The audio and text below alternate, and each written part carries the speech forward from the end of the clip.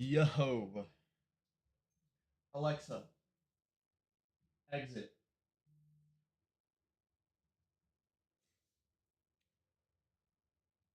Alexa, how many days into the year are we?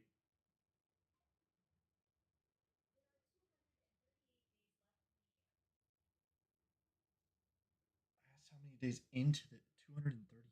Hold on. 203. We're 127 days in the year. Fuck, dude. That means I missed like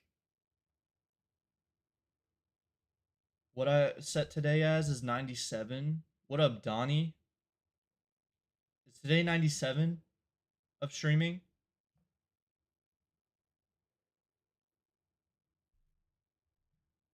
Is it 97? Yeah, so I've missed. You ain't streaming for the whole year like you promised. 300 days. 300 days. I promised 300 days.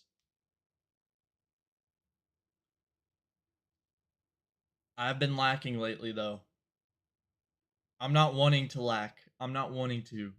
I just, dude, it fucking sucks out here. Your boy's broke. He's been broke. But I'm getting pissed off of having no money. I'm getting pissed. So I'm trying to do other things, you know what I'm saying?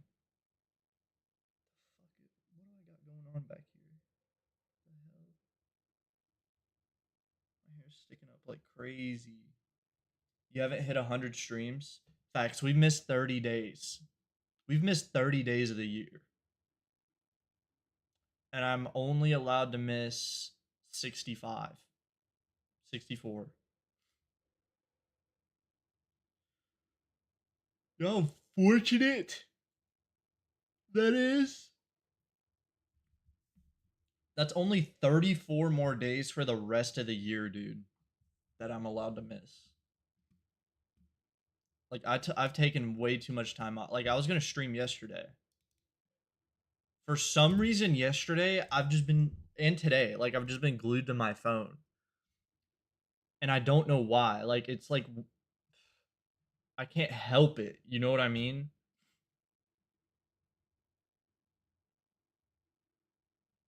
Like, for some reason, I'm like, all right, this is what I need to get done. And then I just get lost in my phone and I don't even realize it. And that literally only happened yesterday and it started happening today and I stopped. Like, that's why I turned on stream right now. I'm like, dude, I gotta stop. And I think it's the feeling of like, I'm trying to do things, right? And I have things that I'm like waiting for. There's things that I have to wait for, you know? So I'm waiting on all these things because I can't really progress what I'm trying to do without waiting for so and so to get back to me or whatever it may be. I gotta wait. So I'm like, I don't know. I feel like I'm just waiting by scrolling on my phone. Right? It sucks. It sucks.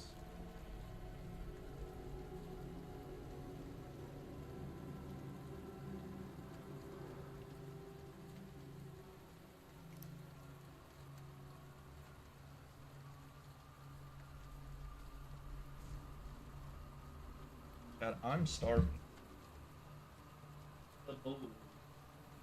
Starving.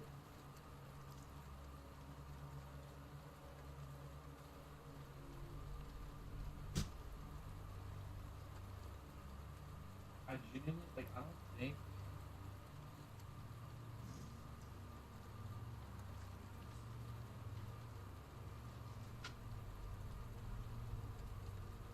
I'm about to eat. Man, I'm sorry, but these have been sitting forever. They literally have fucking cobwebs on them. These are so good. I'm gonna fucking eat them.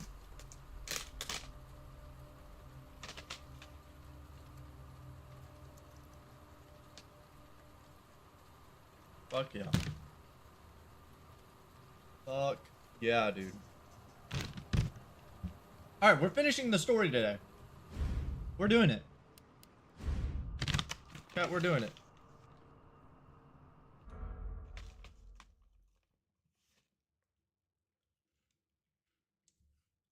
Wait, first though. First.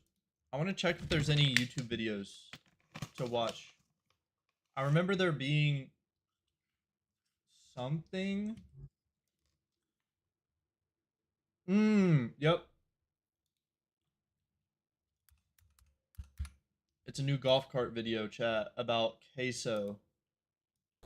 Okay, people, I'm only gonna say this once, okay? Listen up. FanDuel, NBA playoff. For whatever reason, the internet loves the spectacle. The bigger it is, It's the louder it delicious. is. The more expensive it looks, the better it performs. Look at the top of Twitch right now. It's flooded with million-dollar mansions, celebrity subathons, streamers buying their 10th dream car. Everything seems to be built around the question that... This is what I'm saying, dude. How the fuck? Oh, Gideon exposing Hello? That's fucking hilarious. Bro.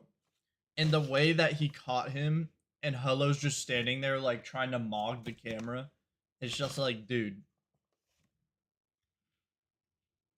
Like, it's a joke, bro. That dude is a joke. How much money can we burn on camera? And then there's this guy. Queso is interesting, because on paper, he's doing almost everything wrong. His production quality is kind of garbage. Queso, where'd he come from? That's what I'm saying. How can I... But it's possible, chat. 200,000 viewers playing Fall Guys yesterday. Yeah, it wasn't even zoomed in or cropped. His setup isn't designed to be some massive content machine. Half the time he's live, he's playing some random game most people have never even heard of. Your costume sucks, kid. I mean, when your entire job is getting people to watch you, you don't turn down a Mr. Beast video. But Queso did. Queso did not respond to my message. And somehow, despite doing the opposite of what the internet tells creators they're supposed to do, he's still one of the biggest streamers on the planet. How does that happen? The honest answer is that none of this should have worked, because Queso's had the odds stacked against him since day one. Case Baker grew up in rural Arkansas. Chat, I need one of those sponsor mics. I need that thing to say Red Bull. Or anything, really. Anything that I like. Because Queso's had the odds stacked against him since day one. Case Baker grew up in rural Arkansas. His hometown has a population just over 1,500. It's the kind of place where a new Walmart makes the front page, and where the churches outnumber the stoplights. Towns like that don't have a lot going on. So, as a quiet kid, Case did what quiet kids in quiet towns have always done. He disappeared into a screen. In this case, a PlayStation. Call of Duty on repeat. And when YouTube started blowing up in the early 2010s, he was right there watching Nate Shot and the Optic guys build something that didn't exist a decade earlier. He watched gaming turn from a thing you did after school into an actual career. Resident Evil! Well, how does this sound? Making a living and even a small fortune just playing video games. The biggest names were clearing their parents' annual salaries in a single weekend. And after watching that, it became Case's dream job. Yep. The problem was, he knew the odds, especially in his situation. His Wi-Fi was barely good enough to even watch YouTube. Uploading to it or streaming on Twitch, forget it. So he buried it. He graduated high school, bounced between jobs, often working 2 at a time, just to keep the lights on. For 6 years. 6 years of clocking in somewhere he didn't want to be. 6 years of watching other guys his age blow up online doing the exact same thing he'd given up on. By the end of it, Case was broke, burnout. He was one bad week away from walking into it. Pisses me off, chat. One day I want there to be a golf cart video about me. And maybe this clips get used. What's up, golf cart? How's it going? Recruiter's office and signing up for the military. Then his mom stepped in, and she asked him the question that changed everything. Why not take a real shot at the whole streaming thing? What's the worst that happens? Now, streaming is one of the most competitive jobs on the planet, and if you're like Case, trying to pursue it full time, you need to understand, there's levels to this. Dude, Queso started streaming. But he first, like, oh my god. Like, Queso, the way Queso blew up actually just pisses me off. Like, good for him, and I love Queso, and it's all amazing, but as a streamer who's been trying to fucking do this shit for over a year, that shit just pisses me off. You know what I mean? Level 1, you can quit your job. Level 2, you're living large. And at level 3, you're the top 1% of the top 1%. Now, there's no direct translation from Twitch viewers to money. So for the sake of the example, we're gonna say you reach level 1 at around 100 viewers. Once you're there, you can take the leap to streaming full time, which That's literally, dude, all I want. Not even all I want, but that's like my first goal. It should just be sustainable on streaming and have like 100 viewers. getting there sounds totally reasonable. It's not. Somehow convincing 100 people to watch you live is brutal. In the past year, 18.4 million people opened up Twitch and broadcasted live on the platform. I want you to guess how many of them actually made it to level 1. Seriously, throw a number out there. The answer is 165,536. That's less than 1%. For every person who gets to level 1, there's 100 that don't. Every big streamer you see today spent days, weeks, if not months streaming to an audience of 0. I mean, take Jinxie for example. He streamed to just 5 viewers for a year and a half before he ever made it. 5 viewers? He's grinding! And I'm throwing all of these numbers at you for a reason, because without them, There you you go. wouldn't understand how truly insane what happens next is. Okay, so hate to interrupt myself here, but let's say you're like Queso and don't love your day job. Maybe you're not all that interested in streaming, but you've got a business idea and just don't know where to actually start. Well, let me tell you about WOP. WOP is the world's largest internet market. It's where you go to create, connect, and transact all in one place. Coaching, paid communities, clothing brands, software, whatever it is, WOP handles the 11 Labs and Polymarket. And here's the kicker that gets me. WOP Treasury actually pays you 6% on every dollar your business earns on the platform. Your money's working while you're working. So if you're stuck in a job you hate, go to WOP.com to start your business today. Because in like 24 hours, y'all took me from nothing to crazy. You see, Queso hit level 1 in the first hour of his first ever stream, and he didn't just get lucky. Hey, y'all came through deep from the top, man. In the days before he went live for the first time, Queso was already laying the groundwork. He spent days filming and editing clips of him playing. I'm sorry. But dude, I've had clips do well multiple times. And not a single person from those clips, not a single one, mind you, comes into the stream. That's how brutal this is. Like, how the fuck does it happen to Queso? He posts 3 TikToks in one day and then goes to bed, wakes up, they blow up, right? That's one thing, cool. Then he decides to go live. And his live pulls in 100 people. What? Playing NBA 2K23. And on September 10th, 2022, he uploaded 22 videos to TikTok. The next morning, he woke up to over 10,000 followers and a comment section flooded with one question. So that night, he went live for the first time and the floodgates opened. When I look down and I see 126 viewers, bro, I cannot believe it. From that day on, he followed the same routine. Clock into the 9 to 5, hit the second job, cut a few lawns, then On Twitch, too. On Twitch. He wasn't streaming to TikTok live. This is on Twitch. Bro. That means 100 people all said, yeah, let me go find this guy. Like, I can't fathom that. come home and stream until he couldn't keep his eyes open. Parents of children who play Roblox. If your child was sexually exploited, I don't want to go sleep, man. I want to go to work, man. I want another build, dog. All I want to do is make builds and play 2K forever. Why do I gotta go work? After each stream, he'd find the best moments, clip them, and fire them back onto TikTok. The loop fed itself. Inside a week, he'd blown past 100,000 TikTok followers. Every stream was pulling 500 plus concurrent viewers. Dude said call the boss, quit. This your life now, cuz? Dude, a man. How? That's what I want to know, is how, bro? And the number that actually mattered, he was making more money streaming at night than he was at his day job. No, y'all literally just donated more than I make in a week in one night. Bruh. Bruh. But Queso kept his head on straight. What shows up overnight can also disappear overnight. So before he quit his day job, he needed proof that this wasn't a fluke. So he made a deal with his chat, hit 5,000 Twitch subs, and he'd quit his job. This a day we're gonna remember forever, you feel me? This a day we gonna remember forever. You know I love y'all, man. Thank you, bro. It's all y'all, you feel me? Thank you, man. Full-time Queso in the building, and I'm laying in their mouth, too. Within just a few weeks, it was a done deal. Queso's fan base was new, but dedicated, and they wanted to see him pursue this thing. I realized, too, he's posting on X or Twitter. Do I need to be doing that? Full time. Like I said, I've been dreaming of wanting to, you know, be a streamer, a content creator since I was 13 years old. I finally took the leap, bro. I finally took the leap, and y'all came through for you boys, for real. Y'all came through crazy. Now, it wasn't all sunshine and rainbows from here. His internet was still garbage, like genuinely bad. Streams would lag or even just end because the connection bottomed out. Do you see what I deal with? And when you're trying to build an audience, that's the kiss of death. If your stream ends, they move on to the next.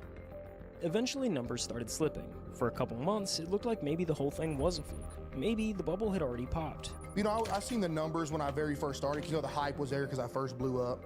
Had like 800 viewers every night. Then y'all seen it dip to like, you know, 100, 150. I was like, I gotta do something different or it's gonna go under. Then he picked up a different game, Hogwarts Legacy. It was kind of a weird choice. It had a totally different audience from the 2K crowd he'd built, but he streamed it anyway, clipped a moment, and posted it to TikTok.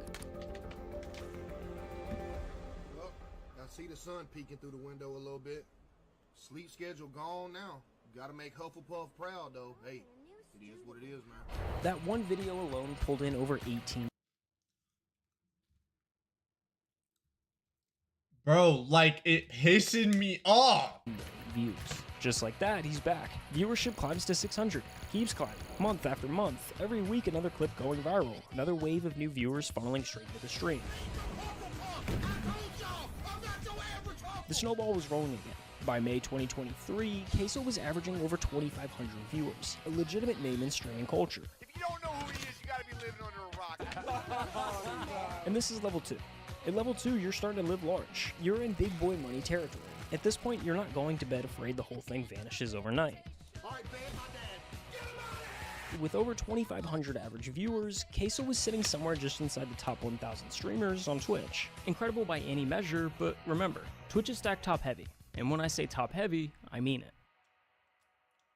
At any given moment, there are about 3 million users on Twitch watching content. When you break down the viewer distribution by channel rank, the picture gets pretty clear. Out of the millions of channels on the platform, the top 250 pull over half the viewership. That's the difference between level 2 and level 3. While it seems like the easiest jump on the ladder here, it's actually the most difficult. Oh my God. There's a specific blueprint nearly every streamer has followed to make this jump. Here, I'll break it down for you. What you're looking at right now is 5 of the biggest streamers on the planet. Each at the moment they were averaging exactly 2,500 viewers. Pay attention to the setups. None of them are exciting. The rooms are pretty basic, the camera quality kinda sucks. There's no production value. They look like what they are, just guys streaming from their bedrooms. Now fast forward to when those same streamers are pulling 10,000 viewers a night. Everything's changed. The lighting's dialed in. The cameras are crisp. The rooms look intentional. This is the blueprint kicking in. And it all starts with... Listen, I have that, right? What the fuck? with one realization. At this level, streaming isn't just a job anymore. It's a business. And like a business, the goal is to make as much money as possible. The internet, for whatever reason, craves a spectacle. And the spectacle game is pretty easy to play. You've kind of just got to spend money to make money. The setup is just the start. Next comes the move to LA. Buy the mansion, drop the I just bought my dream car video. Hire a dozen editors to pump out clips around the clock. By the time you're clearing 50,000 viewers, it turns into an optimization race. Every Red Bull. Red Bull, yeah. I want you, Red Bull. You know what'd be dope? Chat, this would like my hopes and dreams, okay? I'm waiting currently to hear back from Red Bull. Alright? Like I'm currently waiting to hear back from Red Bull. I sent in like a social media opportunity. I mean, I don't know about sponsorship.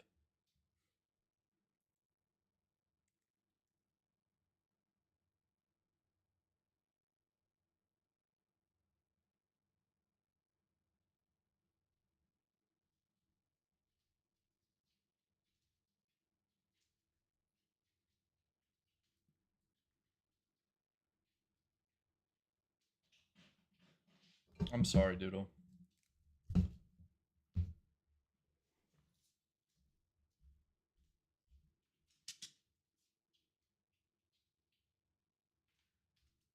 Doodle hates noises whenever my phone goes off. Clipping that. Clipping what? No, okay.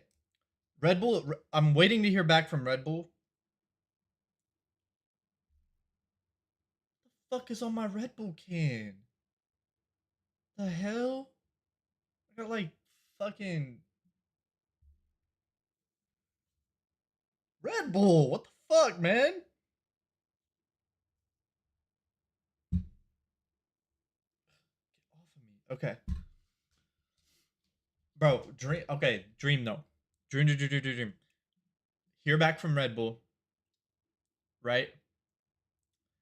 And somehow, some way, I'm able to work with Red Bull, and somehow, some way, they see the potential in me, right? They see the ambition. Now, here's the thing. This'll likely just never happen, but dream big. You know what I'm saying?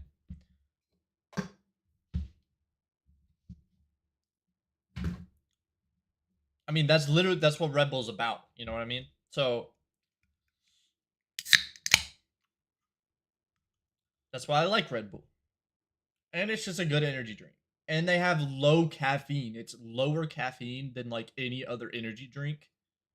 So that's why I fuck with Red Bull as a company and as the drink. Because you do not need 200 milligrams of caffeine in a fucking energy drink. You don't need that much.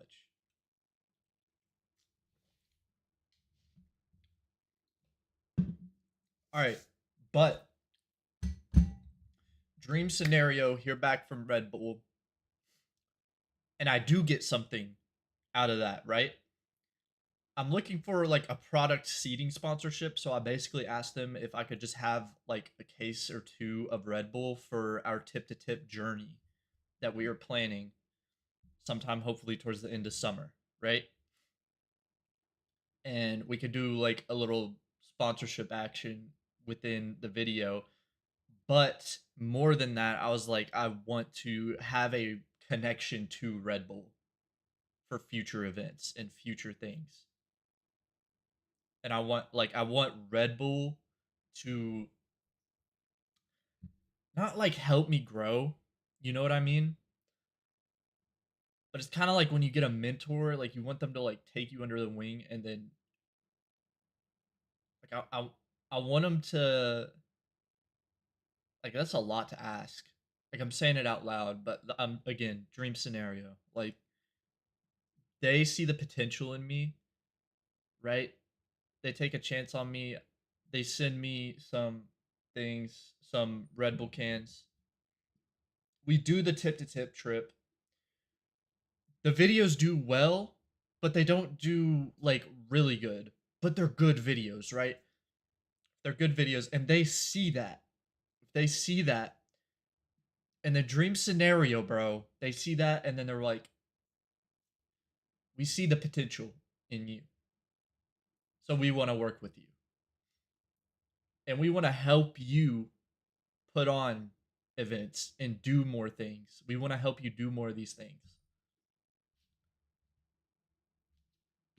But that's the thing, is I feel like it just doesn't work that way. You have to already be there, or you have to be getting there. Like you got to be at the top of the cliff. Maybe you haven't climbed over, but you got to be right there, dude. For them to see that as like an opportunity. You know what I mean? If you're halfway up and you still got a long ways to go, they're not gonna be like, dude, you know, talk to us when you're popular. You know what I mean? But that's what I'm saying. Like, I just, and this could honestly, like, I want to work with Red Bull, but it can really be like any sponsor that obviously I, you know, would use, or what, like, I want to be sponsored by an energy drink brand. Like, I've always liked the idea of that. I've always wanted that, is being sponsored by an energy drink brand. But the issue with that is, like, I really only fuck with Red Bull. For a while, I was cool with Celsius. Kai had his Bang. Like, he's sponsored by Bang. I drank Bangs for a while, but dude, Bangs are really good, but they're 300 milligrams of caffeine. Like, fuck, dude. Like, I'll drink that on a leg day or something when I need to go crazy. But yeah, and I don't want to get sponsored by Bang. Like, they got that. And then Celsius, fuck Celsius. I just ruined any sort of sponsorship with that brand. Oh, sponsorship gone out the window for that one. Let's go!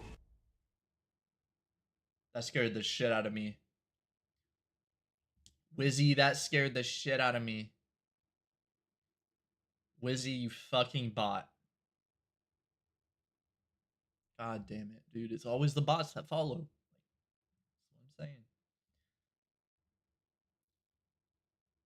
Bro, it's even like, it's the same thing though. It's kind of what I tried to do with my clipping account, the clipping agency, right? Because they did it with Marlin. And I literally talked to them about this. But that's the thing. Marlin was already climbing. Marlin already lit the fire, right? They found Marlin. The clipping agency, they found Marlin and then said, okay, we're going to pour fuel on your fire and we're going to clip the fuck out of you and just post a bunch of clips of your streams. Because you're already starting to gain popularity. We're going to just post a bunch of clips. And then it made him go crazy. Like, it boosted him to the fame that he's at now. Like, he's literally, I'm not going to say he's at the top, but he is. He really is, like, up there. He's, you know, they just joined the fucking core house and shit. They built that shit. Like, yeah. So, in my eyes, and I that's on me. I'm not putting this on the clipping company at all. Like, I'm not putting it on them at all. Those guys are awesome. All right. And they did quite a bit for me. They did quite a bit for me. But it just didn't go how I imagined it. And obviously, I knew that going in. I was like, we're taking a chance here. You know what I mean? But talk to the clipping guys and stuff. What I was hoping would happen is kind of what I talked about what I want to happen with Red Bull, in a way of like a dream thing. Except this time I'm paying people, you know? So, you know, they kind of have to if I'm paying them. Like, makes sense? But the problem is, you know, now I'm getting new ideas. I think the problem is what I wanted wasn't necessarily what they were able to offer. Because what I wanted was for them to post clips, yes. But what I also wanted was I wanted to have a team and I wanted to have like a guy like, or people that I could talk to about doing things that, you know, and they knew and they also believed in me enough to be like that they wanted to help. They believed in me. Like, I wanted someone to believe in me enough that they wanted to help and wanted to help me grow because they saw the potential, not because they were being paid to do it. Because then it's just completely different. It's not gonna work because the ambition's not there, right? Now they didn't offer that. Like, that's not what they offered. That's just kind of what I like wanted, you know. Because that's the thing. They clip. They know about content. They're a talent agency. Like, that's how that shit worked. So I was just hoping that, you know, some like one of them would be like, yeah, dude, if I had an idea, then they'd be like, oh yeah, that's a great idea. Let me like actually help you with that. I think it'd be cool if we did this. Does that sound cool with you? And I'd be like, yeah, that sounds awesome. And then he'd be like, okay, let me get to work on that. I'll cook something up. Or maybe, hey, we can get like my tip to tip journey. Hey, we can get this collab with this person, or yeah, we can get you a production crew to edit your videos and whatnot. Like, and I know shit costs money. I know shit costs money. But if it was like I don't know, dude. I don't know. They did do that for me. Listen, okay. They did say, because we were on a meeting one time with them, and Jake, I think his name's Jake, and he's like the co-owner, co-founder. Bro,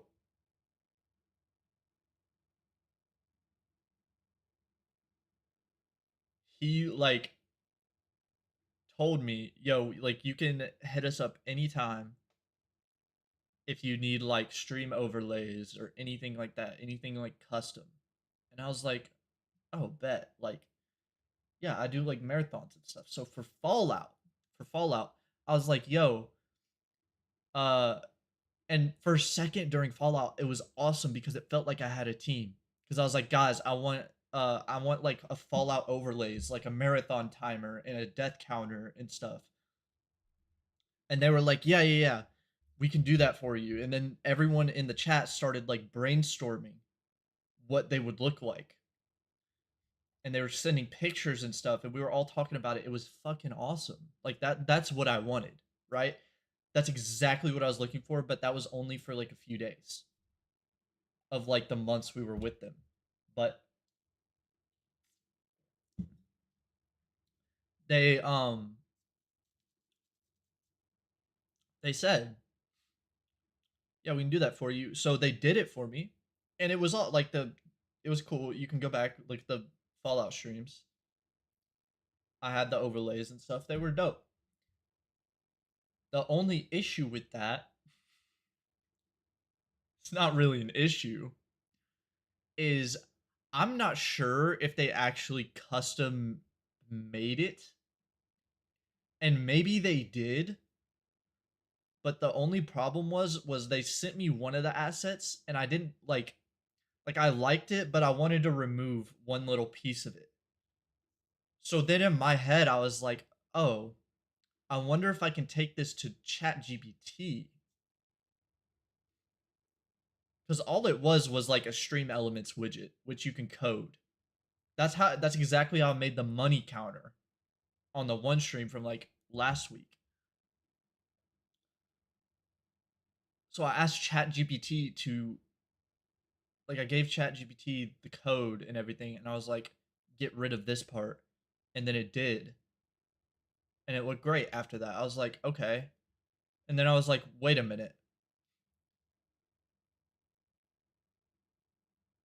no, I'm sorry, it was they had a follower count when I wanted a sub count. They gave me a follower count instead of a sub count. I think that's what it was.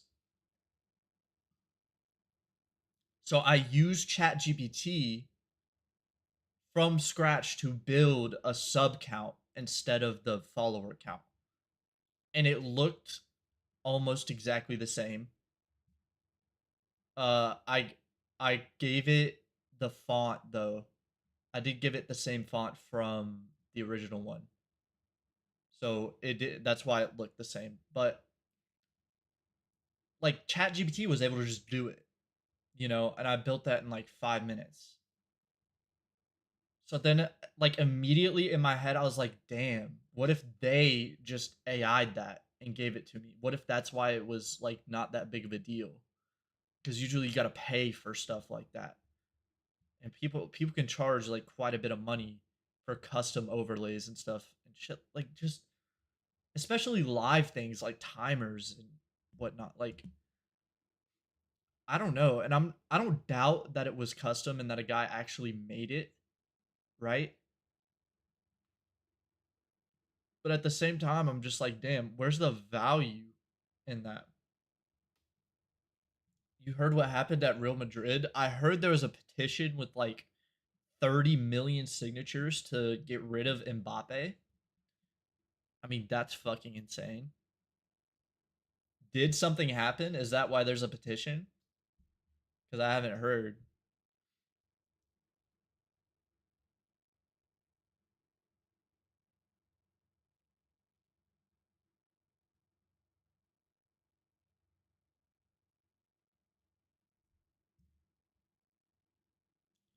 Yeah, but and I mean, shout out to my dad too, because he's the one that's like, you know, really believing in me right now.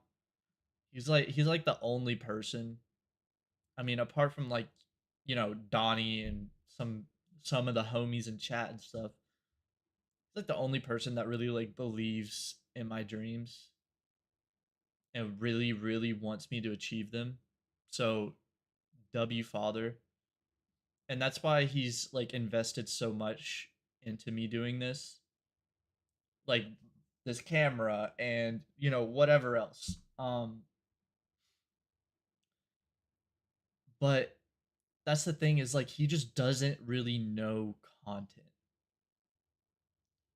Like dude's like 60 years old. You know what I mean? He doesn't really know content. He does, but yep. I ain't never gonna give up, Donnie. I will never give up. I will make this work. Like I've already decided. I will like I don't think I'll ever pivot. Because I don't think I've ever wanted anything more than this to be my job. Like genuinely. Like I can't see myself doing anything else that I would even enjoy. You know? Shit could change. But dude.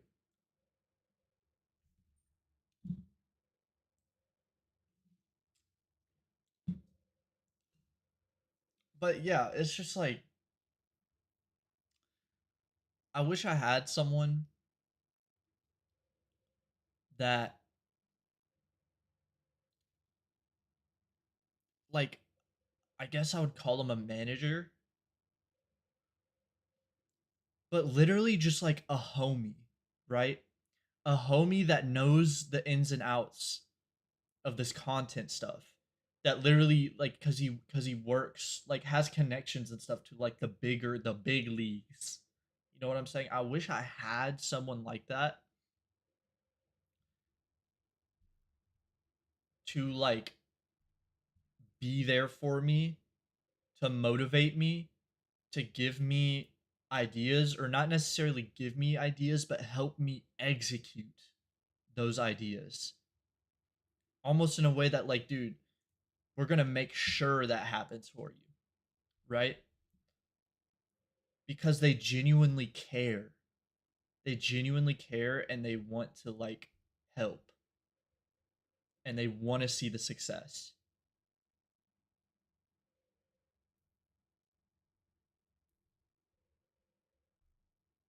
Everybody just hates nowadays. Everybody just hates. Some people, most people say they believe in me. Like even now, I don't think I've had anybody say to me like I guess like a hater that I've known, like friends or anything like that. They believe in me, but I know in the back of their head they're kind of like "Mm,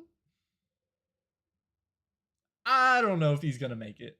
I know in the back of that because like if they actually did believe in me, they would tell me that all the time. And if I ever had any ideas or anything like that, then they would be like, "Holy shit, yeah, that's awesome." like, you need to do that. And, you know, stuff like that. But I don't know. Like, I just feel like if they truly did believe in me, they would act different about it, just apart from saying, oh, how's it going? Oh, it's going good right now. Blah, blah, blah. And then that's like all they say about it. Oh, awesome. We'll keep it up.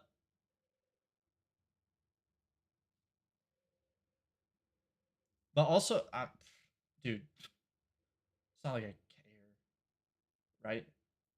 Because I get it. You know, they got their own lives. They're focused on their shit. But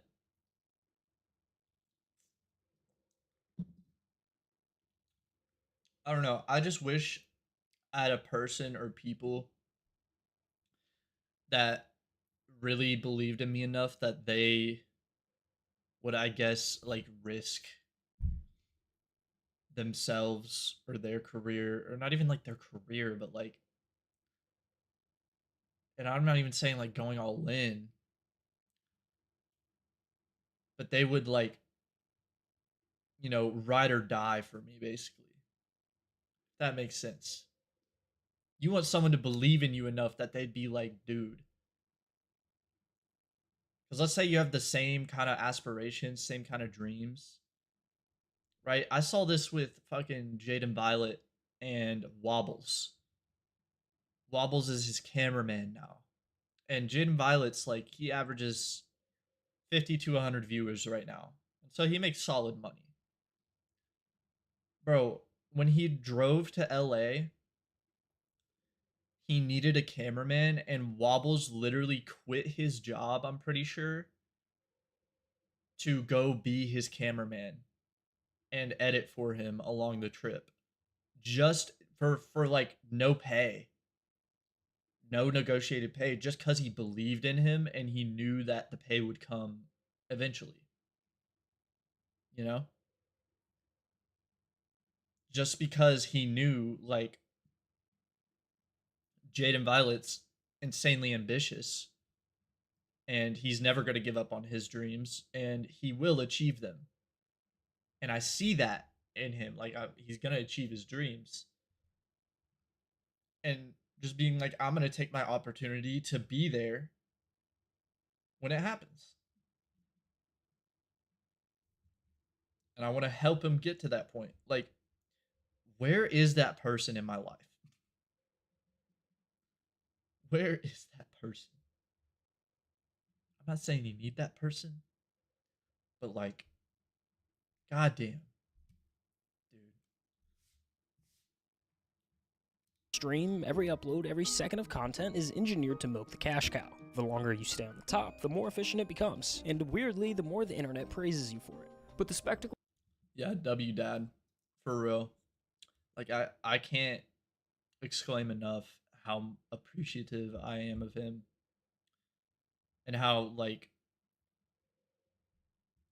I don't take it for granted, but it just, like, I think about it all the time.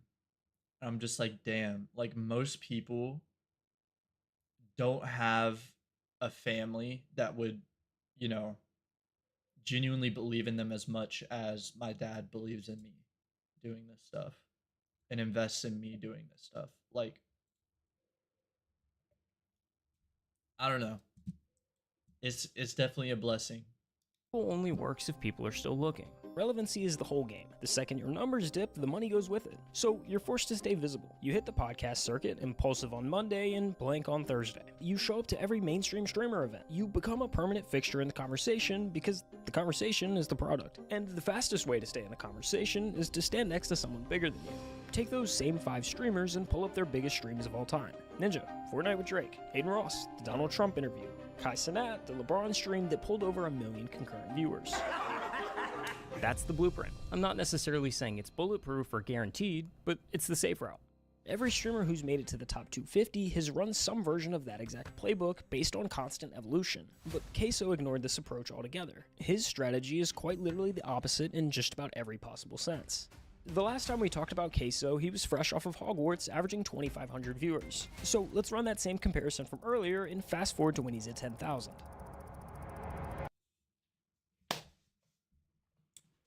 Bro. I gotta change my life, dude. I really just have to commit to this.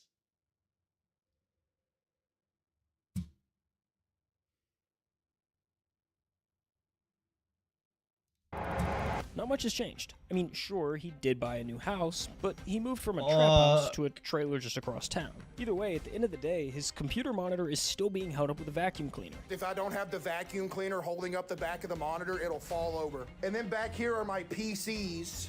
You can tell they're being held up by books as well. And the camera quality seems to somehow have gotten worse. Chat, my stream quality is actually so crispy. It looks like it's in 4K. Since Hogwarts, he's continued to stream 4 to 6 nights a week. Same time, same chat, rotating through whatever random games he feels like. Supermarket Simulator, Granny, Dress to Impress. What is this? Why is it on my front page? Playing it. Games a normal person wouldn't think to stream. But then you watch for 5 minutes and you start to get it. This is the funniest dude on the internet right now. Just plays the most random everything. Queso, where did he come from? 200,000 viewers playing Fall Guys yesterday. Because the game isn't the point. The chat isn't there for the games. They're there to watch him fall out of his chair for the 10th time this month and narrate. See, like, he is funny, right? And he has like a unique ass personality. I just don't understand how I get why Case was popular now. I don't understand how he gained popularity like that literally within days. Within days. How? I feel like it can't be like even the clips, dude. I paid Marlon's Clippers. I'm about to crash out right now. I paid Marlon Lundgren Garcia's Clippers. The same Clippers that clip Marlon to post clips for me every single day for like 3 months. And I saw like such little growth that like you probably can't even count it. All right, and I know consistency is the game, but 3 months, dude. 4 months. It might have been 4. Fuck. I'm not blaming them. Like, I want to make that clear right now. I'm not blaming them. Like, it's not them. That's just how brutal it is. They didn't do anything wrong. Right? It's just like, to me, it's like, how the fuck do I have people that know the content game, people that know this shit, making these clips, and some of them perform, even when they do perform, because a lot of them did perform, I get nothing out of it. I get nothing out of it other than the views. Is it me? That's what I think. It's gotta be me, right? But if it was me, like, why did the clip perform well? I don't fucking know, dude. It's just like, what was so encapsulating about Queso's clips, those 3 clips that went viral, before he even started streaming, that made people go, I want to watch, does this guy stream? I want to watch him stream. Like, that's another level, dude. That's like the hard, like, how? Like he's describing a car accident. Yo, that almost killed me. Oh! Yo! Chat! The chair is dead, dude! To watch him get jump scared by a horror game and scream at a volume that blows out the mic. And that's nothing I haven't done before. That's why it worked. By January of 2024, Queso was averaging over 50,000 concurrent viewers every single night, making him the #3 ranked streamer on all of Twitch. Dirt, Dirt. I love dirt. I'm a dirt nerd. All right. At Planet Fitness, we know how important it is to take care of both your mind and body. Like, my mind is weird. Like, in my mind, I still don't have the thought of, like, I still made it. Yeah. Because in my mind, I feel like if I have that thought and tell myself that I made it, you don't want to get, like, lazy. It's going to go downhill. Yeah. You know what I mean? By every metric the industry actually uses, Queso is underperforming. He's leaving growth on the table at every possible turn. He doesn't invest in new setups, he doesn't upgrade his gear, and has no real plan to optimize himself. Every analyst will tell you he could be twice the size he is if he just ran the playbook like everyone else. And honestly, they're probably right. But here's the thing. Queso never looked at any of that and felt like he was losing something. Buying a house in the hills, pulling up in a supercar, collecting all the things that say you've made it. None of that ever seemed to be important to him. And there's nothing wrong with wanting those things. A lot of creators go in with exactly that goal in mind. But Queso sits in this rare category of someone who actually reached the I made it moment and genuinely doesn't want it. It was never about, like, being huge, just like, because it didn't matter the money. You know, I just wanted to do what I loved for a living. I could be. Exactly. Dude, that's all I care about. Now, will I live some lavish life and travel the world and maybe buy myself a Porsche and trick it out and buy myself a Mustang GTD and trick it out? Probably. Yeah, I'll probably do that. And buy nice clothes and a watch. I'll probably do all that. Probably gonna do all that. But that's not what matters to me. If you were to tell me you can live a sustainable life streaming every single day and doing, like, just doing what you love without having to worry about money or find, like, you know what I mean? Yeah. I don't give a fuck about all the luxury shit. That just comes with it, dude. Like, if you got the money, like, yeah. You know, pinching pennies to make it, but as long as I get to stream every day instead of go to work, I was cool with that. You know? But what I'm saying, to be clear, it's not like he's allergic to money. He's the #3 streamer on Twitch. The guy is doing just fine.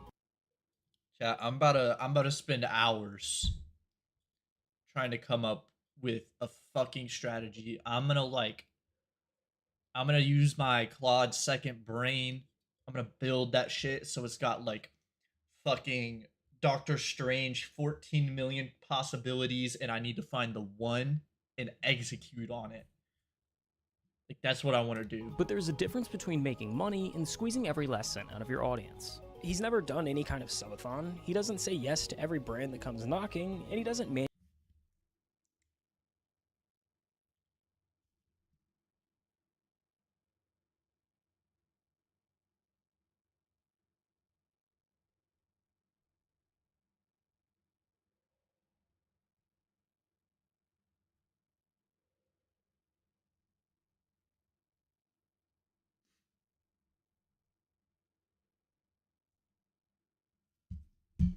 manufacture drama to give the numbers a little bump. Damn. The way he sees it, you can't leave money on the table if it was never what you sat down for.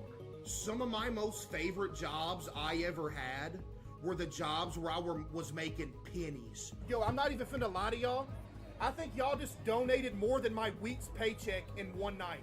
I'm talking about sitting in the parking lot of the dollar store, having to call my mom, be like, hey, can you spot me $50 for food for the rest of the week? But you know what? I was happy. Like, if I could turn this into something and just be able to do this with y'all every day, that'd be a dream come true. Yeah, I was broke, but it was all right because the job was good. Dude, I'm not worried about the algorithm. I would rather people have a good viewing experience than make an extra, you know, whatever a month. So that's the money half of the blueprint. The mansion, the supercar, the optimization strategy. But the blueprint isn't only about money. The other half of the blueprint is relevancy. The streaming world has a short memory, and the way you fight that is by staying in the conversation. Podcasts, events, collabs, it all comes down to the same idea. Stand next to someone bigger than you, and you get to share some of their spotlight. Well, if you thought he was underperforming on the money side of the blueprint, just listen to this. In 3 years as one of the biggest streamers on the planet, he's done exactly one traditional collab. Jinxie. What's the furthest you've ever traveled?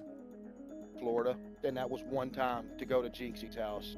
And that collab is almost word for word the only existing footage of Queso outside of his own house. My friend brought this up yesterday to me when we were chilling. He said it's crazy that Jinxie literally has the only recorded footage of me outside of my own stream setup. Like, he is the only one that's got me out of my room. Matter of fact, it was the first time he'd ever left the state he was born. That is interesting. So this is the first time you've ever been out of, like, Florida? Or out of Arkansas, my bad. Wow. It's just, I don't know, I be getting homesick. I get away from home for too long. I'm just, man, I don't know. Over the last 3 years, Queso has won 5 different awards. And the Streamer Award goes to... Queso! Queso! Queso! Queso! He hasn't shown up to a single one in person. Mr. Beast tweeted you? Oh, yeah, I talked to him, yeah. I can't even go on a Mr. Beast video due to fear of airplanes. Ain't that bad, chat? According to the blueprint, all of those things just come with the territory of being in the top 1%. But Queso is avoiding all of it. And when you stack it all up, not going to award shows, turning down the collabs, even the fact that he's only left the state of Arkansas once, you start to wonder if there's more to it than just not caring. I don't think it's that he doesn't care. $10 for any 3 topics. I think it's $10 for your choice of honestly. Only He said he was afraid of flying. I think it literally probably just comes down to that. He just likes being at home. Bro, when I was changing setups to go from the trap house into the trailer, I was literally a mental wreck. Exactly, dude. He likes where he's at. For like a week straight. Because I don't know if anybody else has this, but dude, I have like some form of horrific OCD that I've had for years, that if something even minor changes, I'm gonna die. You see, OCD is one of the most misunderstood conditions out there. People hear the word and picture someone who just likes things clean and organized. And while that can be a part of it, that's not exactly what it is. At its core, OCD is anxiety. For Queso, moving into a new house meant moving into an environment that was full of variables his brain hadn't had the chance to map out yet. Like when I take my hat off and put it on the counter, same spot every night. If it goes in a different spot, I'm dead. Everything becomes unpredictable, and for someone with OCD, an unpredictable environment is one thing that can't be controlled. Each unknown stacks on top of the last until his brain is sent into overdrive. Chat, here's some lore for you. Every time I would leave to work in the morning, I would go outside my house and I would have to check that my doorknob was locked 37 times. I would have to start my drive to work, take a block back around to my house and check it another 11 times. And then I could go to work. Which explains why his setup has barely changed over the years. It's one of the places where his brain already knows the answers to all the questions. It's his rules, at his pace, all in an environment that makes him most comfortable. But that need for predictability doesn't stay contained to his house. It follows him everywhere. I went out in public 3 times in a row. I got recognized all 3 times. I never went outside again, bro. Like, some people, bro, came up like, hey, yo, can I get a picture? Everybody started looking. I'm like, oh, man, dude, I was about to pass out, man. Outside of that room, he controls nothing. Who's around him, how they got there, whether someone grabs his shoulder before he sees it coming. None of it is up to him. I don't go out in public. I don't. Never. When he's at home, it's easier to manage because, well, he's in his own house. But in public, there's no way to make the unknown stop. It's not only uncomfortable, but also insanely overwhelming. You would have a better chance of actually winning the Powerball lottery than ever seeing me in public. That's how rare it is. No joke. The blueprint says the path forward revolves around a constant state of evolution. The more you change, the newer things are, the more excited people are to watch. But for Queso, that path has never really been accessible the same way it is for everyone else. And yet, here he is. Literally almost 1,000 away from 10 million. Say it ain't so. This is a moment in history? No, this is a moment in history. Behind everything, the awards, the numbers, the journey from a rice mill to the number 3 spot on Twitch, almost nothing has actually changed. You definitely gonna do this full time? Hey, I hope so, CJ. That'd be a dream come true for you, boy, man. Maybe my parents don't have to work no more either. That'd be a dream come true too, bro. He's been grounded in the fact that streaming was never about being the very best. It was always about building a life worth living, for himself and for the people he loves. Wait, Mom, we're about to hit 10 million. I can't believe what I'm seeing. Oh my goodness. I can't believe what I'm seeing. We're about to hit 10 million! I gotta turn this off. Come on. No way we're actually about to hit it. Crazy. We hit 10 million, baby! Let's go!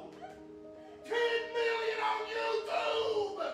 His mom was there before any of this made sense. She brought me some balloons in here! Yo! She brought me some balloons! I've never seen this.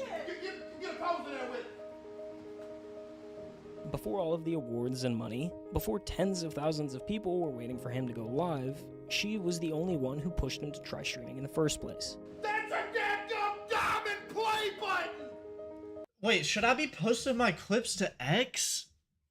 Is that like, wait, what? You've had this? What? It wouldn't be possible without y'all, Chad. And you know who else it wouldn't be possible without? My mom. Come stand in front of the camera. Look at that. And his dad, the man who spent his whole life doing the kind of work nobody claps for. My dad, for example, like, dude, his whole life just working. He's had multiple back surgeries, multiple wrist surgeries, multiple foot surgeries, all from just working his whole life. The man he watched and worked alongside with do it with no complaints. I worked with my dad. We were both maintenance men. Maintenance ain't easy work. You know, you're crawling under sinks, you're changing faucets, you're crawling up in attics, you know, all that, just nasty. The same man that taught him how to work was eventually the one who told him to quit his regular job and do what he loved. I remember the night we hit 5,000. I was like, all right, tomorrow I'm gonna call my boss. I remember I got him to call because I was scared. Like, hey, boss, you know, I'm playing video games for a living. But it'd sound better coming from my dad because, you know, my dad was essentially like his right-hand man. Yep. But yeah. So when streaming became a reality, he made sure that the two people who spent their lives building him up never had to work again. What has been like the most fulfilling thing that you've run into in your career? Just that everybody gets to chill. Yeah. And they have to get away from the jobs they hated and everything like that, and we can all just chill and do this. That's the best thing. I was gonna say they're retired because they do, because you know they don't want to just chill and do nothing. They do a lot of stuff for me. Like my dad, if I need something to go get or something, he goes and gets it. My mom handles all the background, like all of it. If you ask Case, that's the whole story right there. Like, dude, that's fucking awesome. That's what I'm talking about. You know what I mean?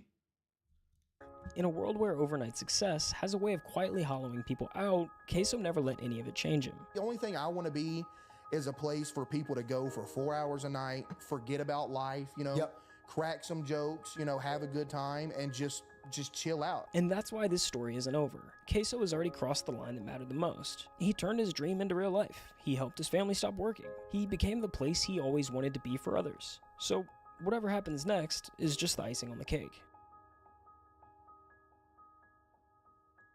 That it? I've been dreaming of this since I was a kid, bro. Y'all for real low-key making dreams come true, bro. But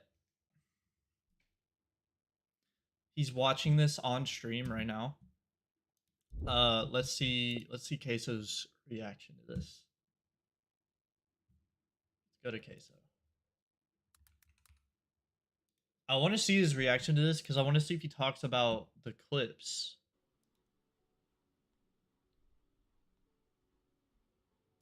Yeah, this one.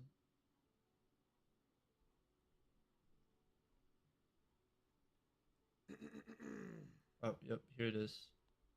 Surgery actually pays you 6% on every don't. Every Super, buddy. The missing babies that we played 2 games ago. Okay, so question, how much money can we burn on camera? And then there's this guy. Queso is interesting. Yo, wait, this is high quality. Bro got motion. This high quality. My bad. Let me quit. His production quality is... What? And then there's this guy. Queso is interesting because on paper, isn't designed to be... Wait, was that real? Designed to be some massive content. Dude, why is it muted?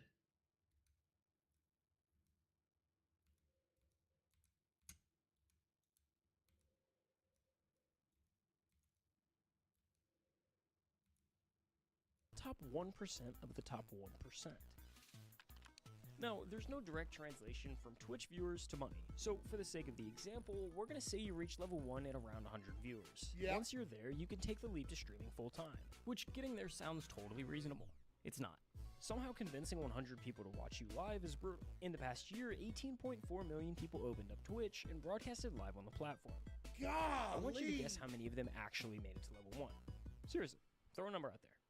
The answer is 165,536. That is crazy. That's less than 1%. For every person who gets to level 1, there's 100 that don't.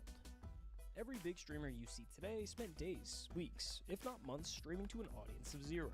I mean, take Jinxie for example. He streamed to just 5 viewers for a year and a half before he ever made it. 5 viewers? He's grinding! And I'm throwing all of these numbers at you for a reason, because without them, you wouldn't understand how truly insane what happens next is. Okay, so hate to interrupt myself here, but let's say you're like Queso and don't love your day job. Maybe you're not all that interested in streaming. That's an understatement. But you got a business idea and just don't know where to actually start. Well, let me tell you about WOP. WOP is the world's largest internet market. It's where you go to create million WOP didn't just get lucky. Hey, y'all came through deep for like 6% on every dollar your business earns on the platform. Your money's working while you're working. So if you're stuck in a job you hate, go to WOP.com to start your business today. Because in like 24 hours, y'all took me from nothing to crazy. You see, Queso hit level 1 in the first hour of his first ever stream, and he didn't just get lucky. Hey, y'all came through deep from the top, man. What the fuck you mean he didn't just get lucky? In the days before he went live for the first time, Queso was already laying the groundwork. He spent days filming and editing clips of him playing NBA 2K23. I did that. And on September 10th, 2022, he uploaded 22 videos to TikTok. The next morning, he... Wait. So it wasn't 3? Wait, he uploaded 22 videos to TikTok in one day? Hit level 1 in the first hour of his first ever stream. And he didn't just get lucky. Hey, y'all came through deep from the top, man. In the days before he went live for the first time, Queso was already laying the groundwork. He spent days filming and editing clips of him playing NBA 2K23. I did that. And on September 10th, 2022, he uploaded 22 videos. Oh, damn. So he uploaded 22 videos in one day on TikTok, and 3 of them went viral. That's what happened. To TikTok. The next morning, he woke up to over 10,000 followers, and the comment section flooded with one question. So that night, he went live for the first time, and the floodgates opened. When I look down and I see 126 viewers, bro, I cannot believe it. That was crazy. The same routine. Clock in the 9 to 5, hit the second job, cut a few lawns, then come home and stream until he couldn't keep his eyes open. That's what I was doing. I cannot believe it. From that day on, you got some inside information or something, buddy? You're a little too accurate with this.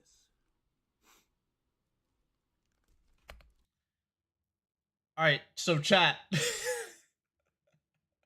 Is that the strategy? Upload 22 videos to TikTok from my stream? 22 clips? And just, dude, that's gotta be the strat, right? Just spam the fuck out of clips. Like every day. If I did that for like a month, it'd have to hit some way or another, right? I almost feel like I should just cut off TikTok live. Like, I don't think I've seen anybody grow, at least in great amounts, using TikTok live. Like, I really don't think so.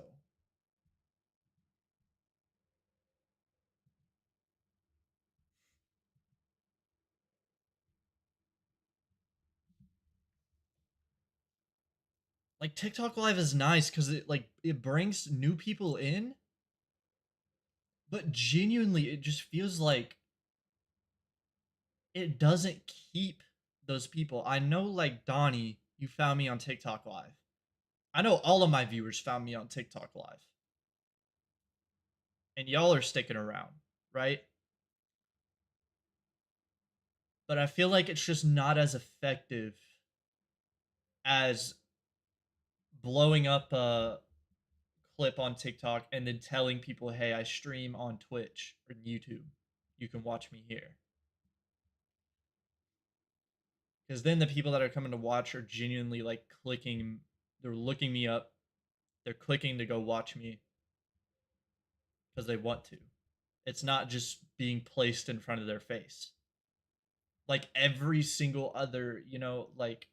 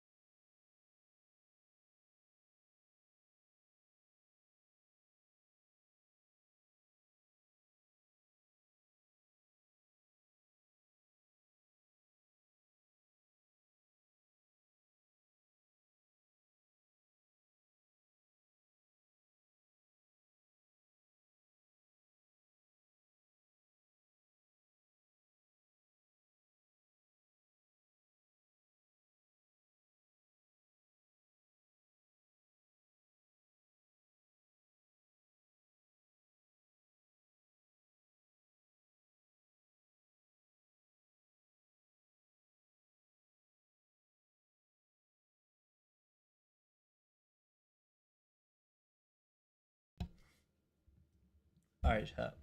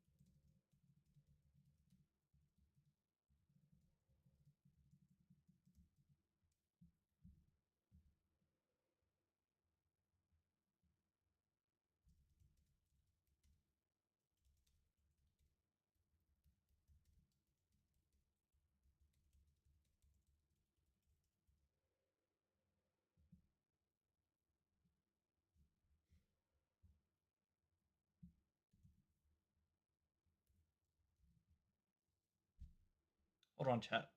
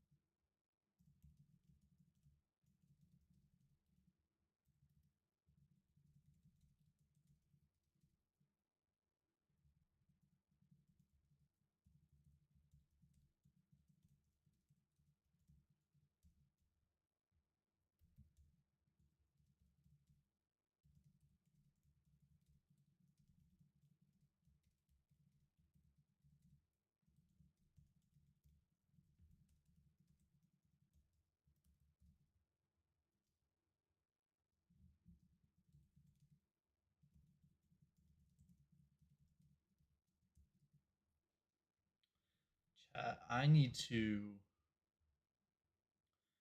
How do I connect?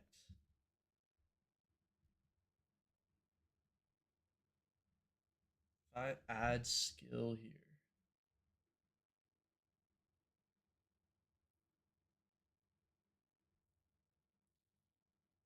There's a Claude skill that I'm pretty sure scans your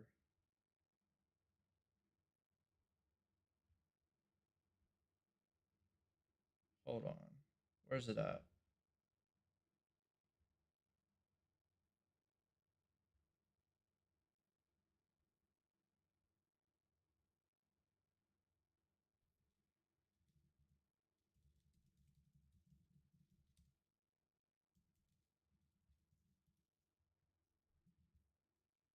Appify. That's what it is, Appify.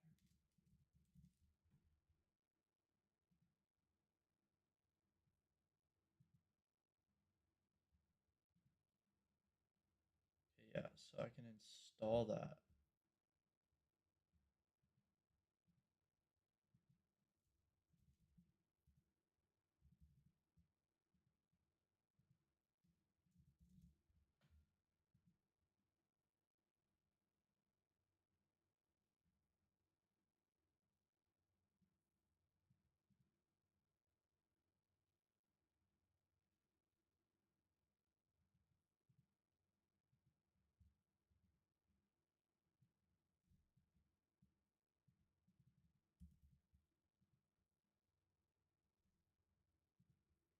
Okay, so I need to log into Appify. Hold on. Get my API key, and then hopefully I can have it scrape my social medias to understand what the hell is going on here.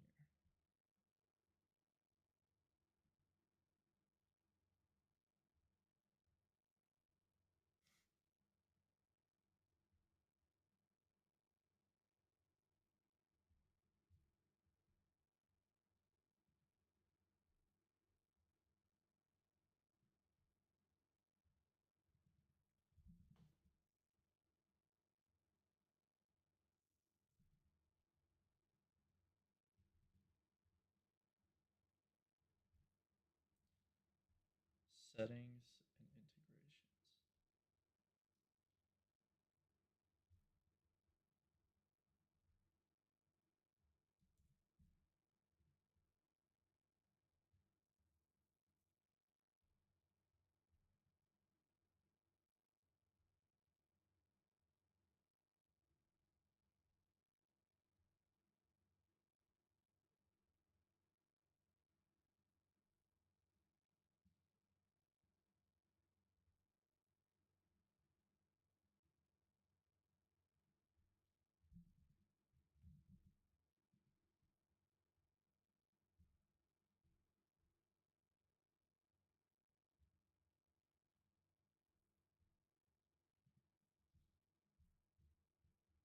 Hold on.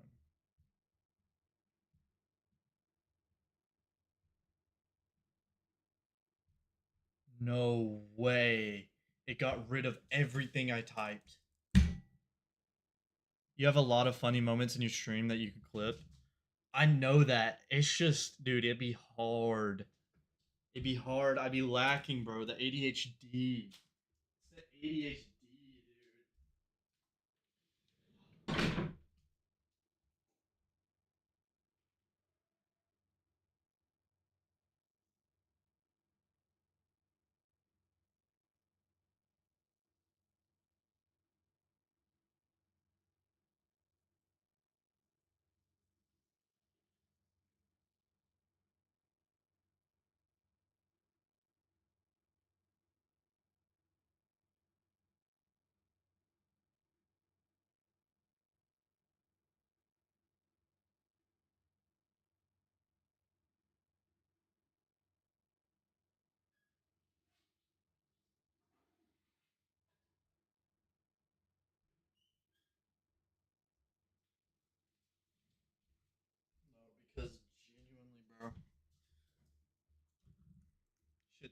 cooked. In one stream, you have about 5 to 7 clips for sure. I just feel like a lot of my clips are what happens in a video game, and the moments really just focused on that instead of like me or my personality. And I feel like that might be what separates me versus Queso, and why people, join Queso stream and shit, is because his clips were about his personality and the way he interacted with the game instead of what happened in the game, you know?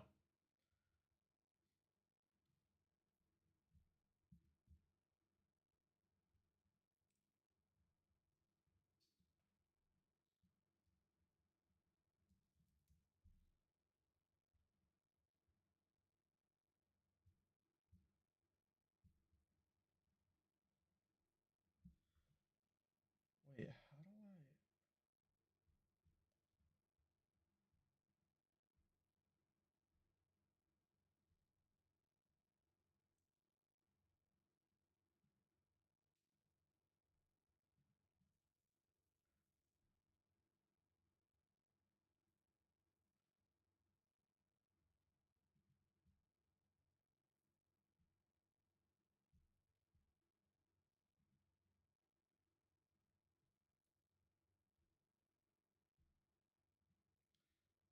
Add one or multiple TikTok usernames.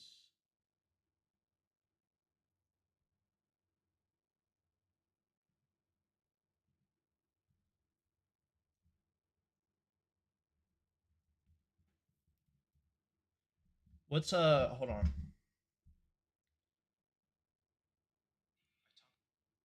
Probably want to do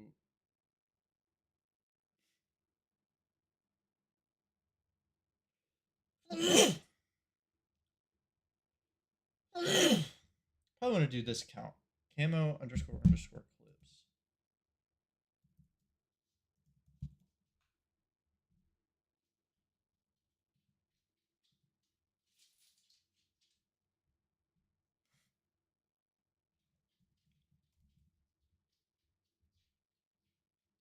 Yep. Videos.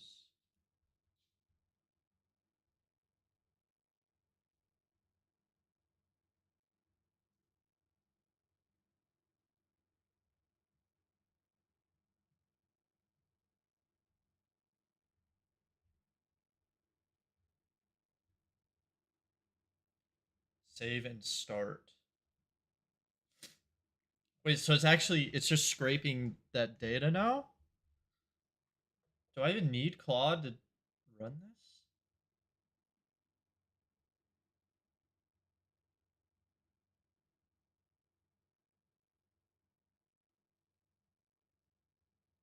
Oh fuck. That's costing me money. Oh fuck. Chat, that's costing me money. It just charged me 40 cents.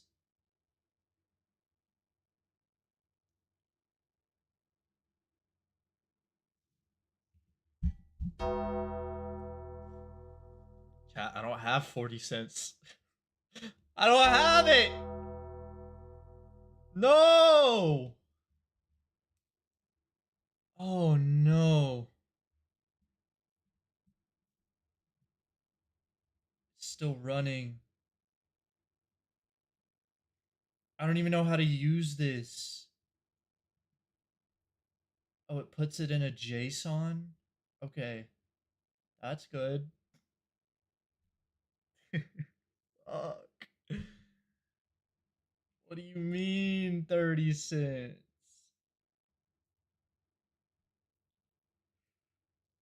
Why is it still running? Oh, it did it. Okay. Export as a JSON.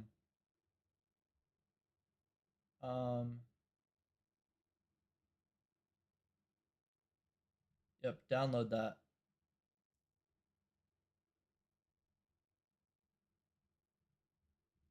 Okay, bet. Wait.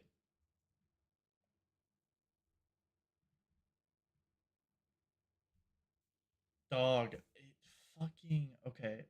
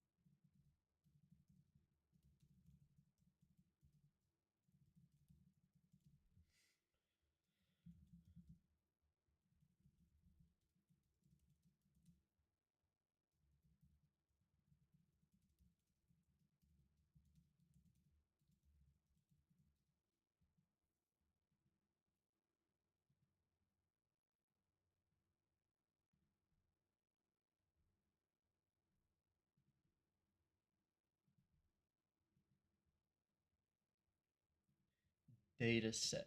Data set.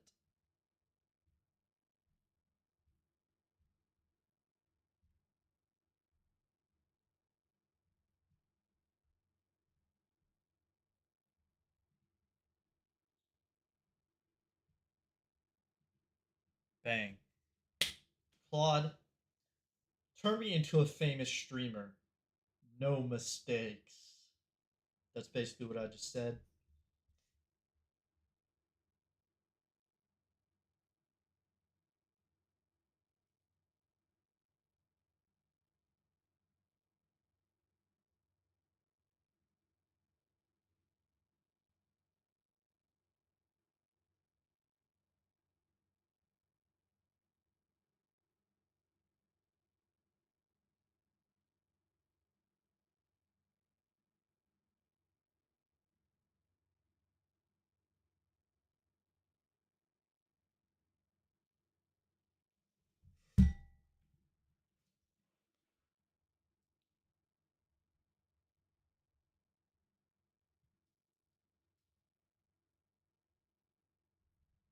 All right. What the data actually says, chat. This is what Claude gave me. First, the hard truth. This account isn't a clip account yet. It's a posting account. Damn, bro. My fucking AI just roasts me. He just roasts me. Fuck. There's a difference. There's a difference, period. That's all it says. 100 videos over 4 months, 103,000 total views, one video at 12,000 views, everything are averaging out around 900 plays. That 12K video isn't even yours, based on the caption. Honestly valid though, with no Twitch CTA, it looks like a reaction / moment clip that caught a small wave and then died. The tell. 53 out of 100 videos are under 1,000 plays. Half your content is essentially invisible. And your peak was December 2025, where you averaged 1,418 plays a video. Then January, you dropped to 787. February slightly recovered. This account isn't growing, it's plateauing at a low baseline.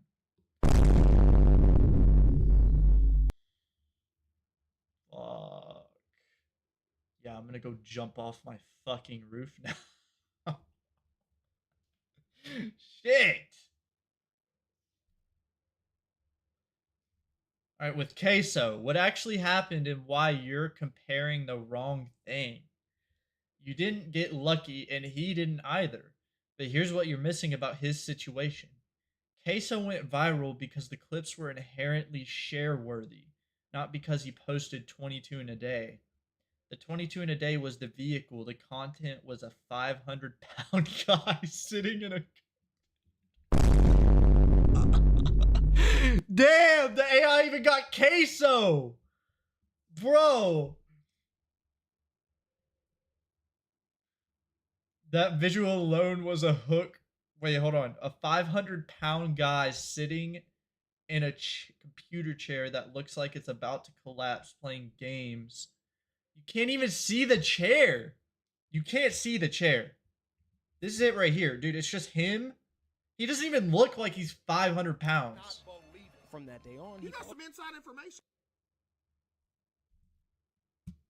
What? The visual alone was the hook before he said a single word. 3 of 22 popped because the algorithm finally served the right clip to the right audience and it spread because people immediately wanted to show their friends, not just watch it themselves.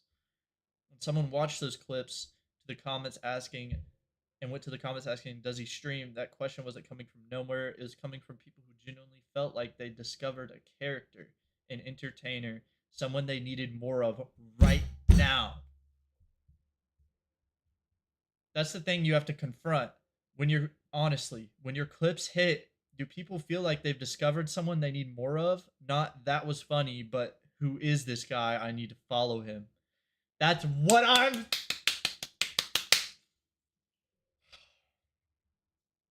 Why your clips aren't converting to Twitch viewers. Looking at your data, I see a structural problem bigger than volume. Look at the captions on your clips. Honestly valid though. Such a missed opportunity. He was shocked. Why do you have to add that? These are generic streamer clip captions. They could be from anyone. There's no character identity, no reason for the viewer to associate this with a specific person they need to seek out. Your top comment generating clips have 9 comments max. Your highest shared clip got 17 shares. For 12K views, 17 shares is actually bad. It means people watched and moved on. They didn't feel compelled to send it to someone. Here's the conversion funnel breakdown of why no one came to Twitch. No parasocial hook in the clips. Queso's clips made people feel like they were watching a friend. Your clips look like general gaming content with your handle on it. Your Twitch CTA is inconsistent. Some clips have Twitch camo reel in the caption, some don't at all.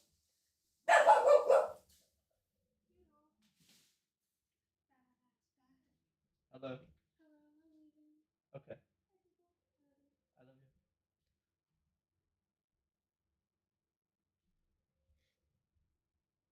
No character through line. What do people know about camo after watching 3 of your clips? Compare that to what someone knows about Queso about after 3 of his. See, I feel like it's just not like that though. What were Queso? Let me go to Queso's because he has these clips pinned. Queso games. His pinned clips. See, his clips, anyone else feel this way? Like I'm Tom Brady. We all know them. See, like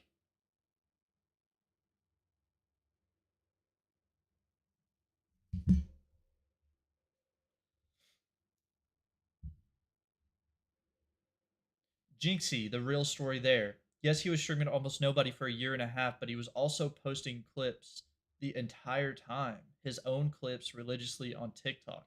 The difference with Jinxie is that his clips were personality first. His R6 gameplay was a vehicle. The thing that blew him up was his face reactions, his commentary style, which was already fully formed because he'd been streaming for 18 months with no one even watching. When the algorithm finally caught a clip, it stuck because the content underneath was fully developed. You're doing the right thing posting. You're not doing the right thing with what you're posting or how it's framed. Damn. TikTok Live, should you continue? Yes, but not as your primary growth strategy. Here's my honest take. TikTok Live is keeping you alive. It's giving you warm bodies and a couple of loyalists. That has real value.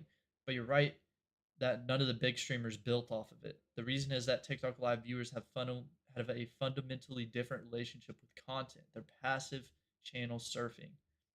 Twitch viewers are active. They go somewhere intentionally.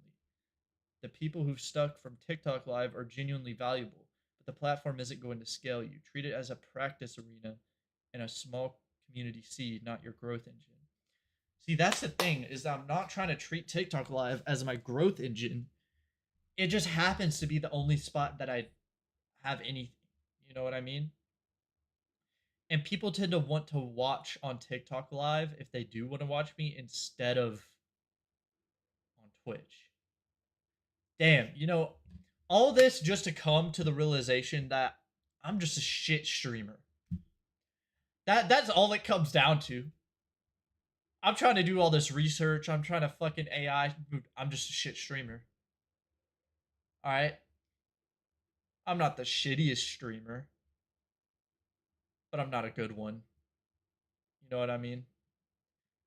I'm sure, like I'm not optimal. I'm not a shitty streamer, but I'm not optimal. You know what I mean? I'm not optimal in my ways of getting people to watch.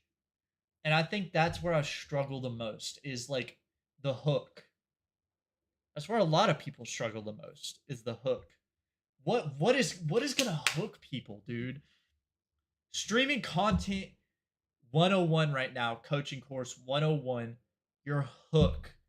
Okay? And that goes for literally fucking everything, is your hook. Dude, I don't know what to do. I don't know how to improve my hook. And I think I must just be gay.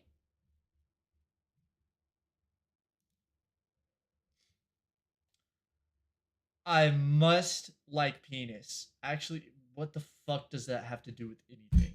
I don't even know what I'm talking about right now. Like, I think my brain is fried from trying to fucking think about this too much. Okay. What you actually need to change. Here's what I push you on. Your clips need to be about you, not the moment. The clip should make someone feel like they need to know who this person is. That means your face, your reaction, your personality has to be in the frame or in the energy of the clip. He was shocked tells me nothing about camo. See, this is why I changed. This is why I did the green screen and I changed cameras to the lower angle camera. But I went back to this.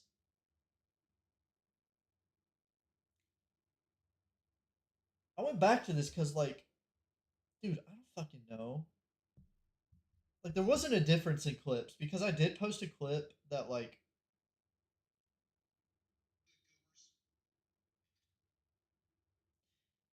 yeah, and I really think that's the problem is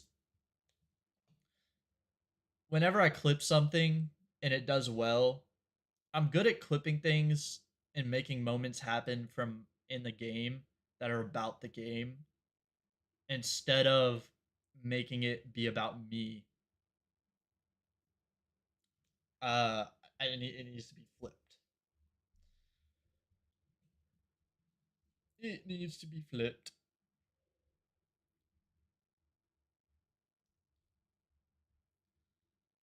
Volume isn't your problem, selection is. 100 clips in 4 months is solid, but if you're posting every clip from every session, you're diluting. Queso's 3 clips that popped weren't random, they were the 3 most inherently vile moments from 22 attempts. You need to be more ruthless about what earns a post. What do you mean, be more ruthless about what earns a post? That's literally the opposite of what Queso did. He just posted everything. You need one clip that functions as a calling card, not 100 decent clips. One clip that when someone watches it, they feel like they've discovered someone. That's the target. Everything else is practice.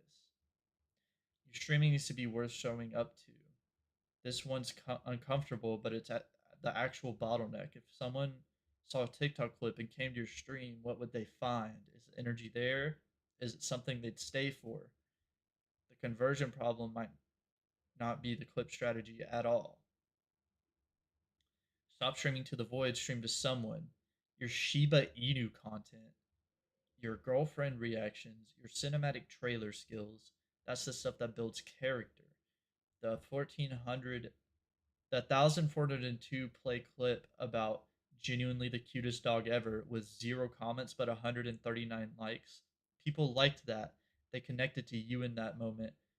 That's the direction. What? 0 comments and 139 likes is not a good thing. That's literally just means they saw it, liked it, and moved on. That doesn't mean they connected to you. That means they just liked it and scrolled. They didn't comment. They didn't engage.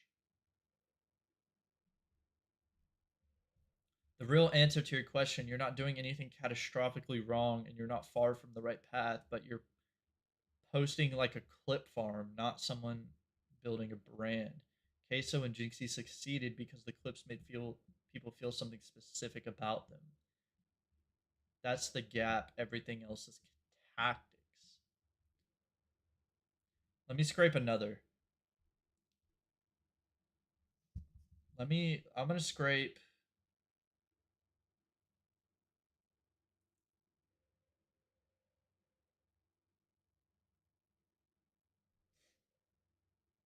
Camo clipped.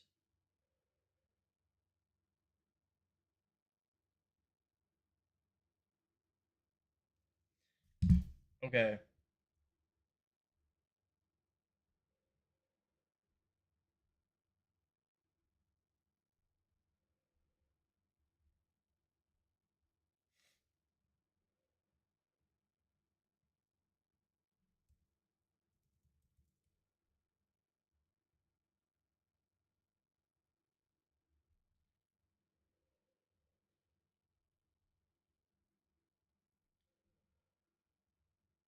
All right, camo clipped.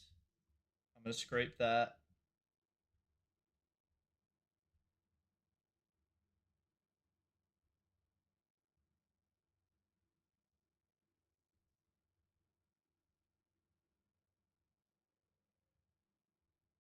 All right, fine. I don't care. Accept it.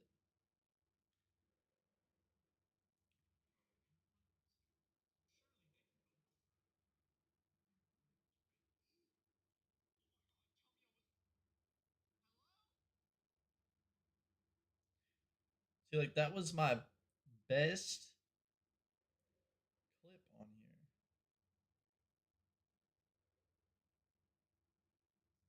here. Gotta say, yeah, this one shouldn't have taken long at all.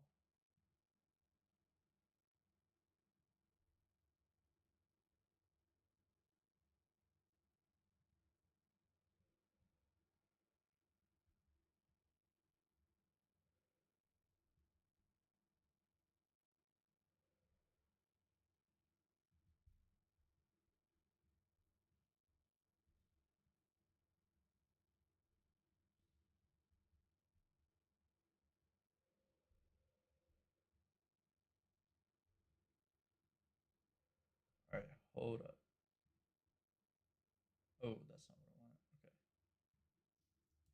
Here is the scraped data. My other clip the first I sent.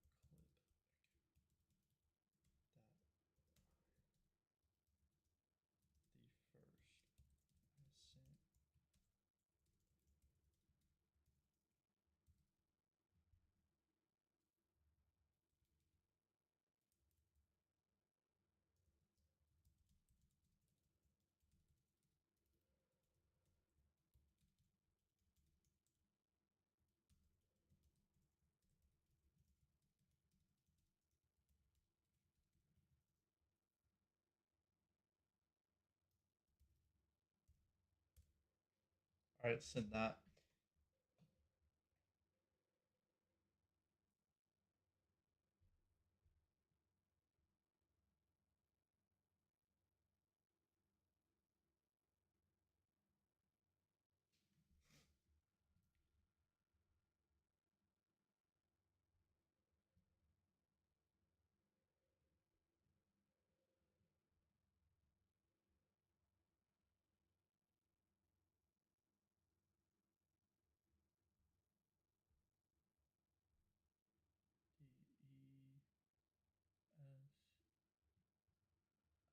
Okay, so I do gotta add that.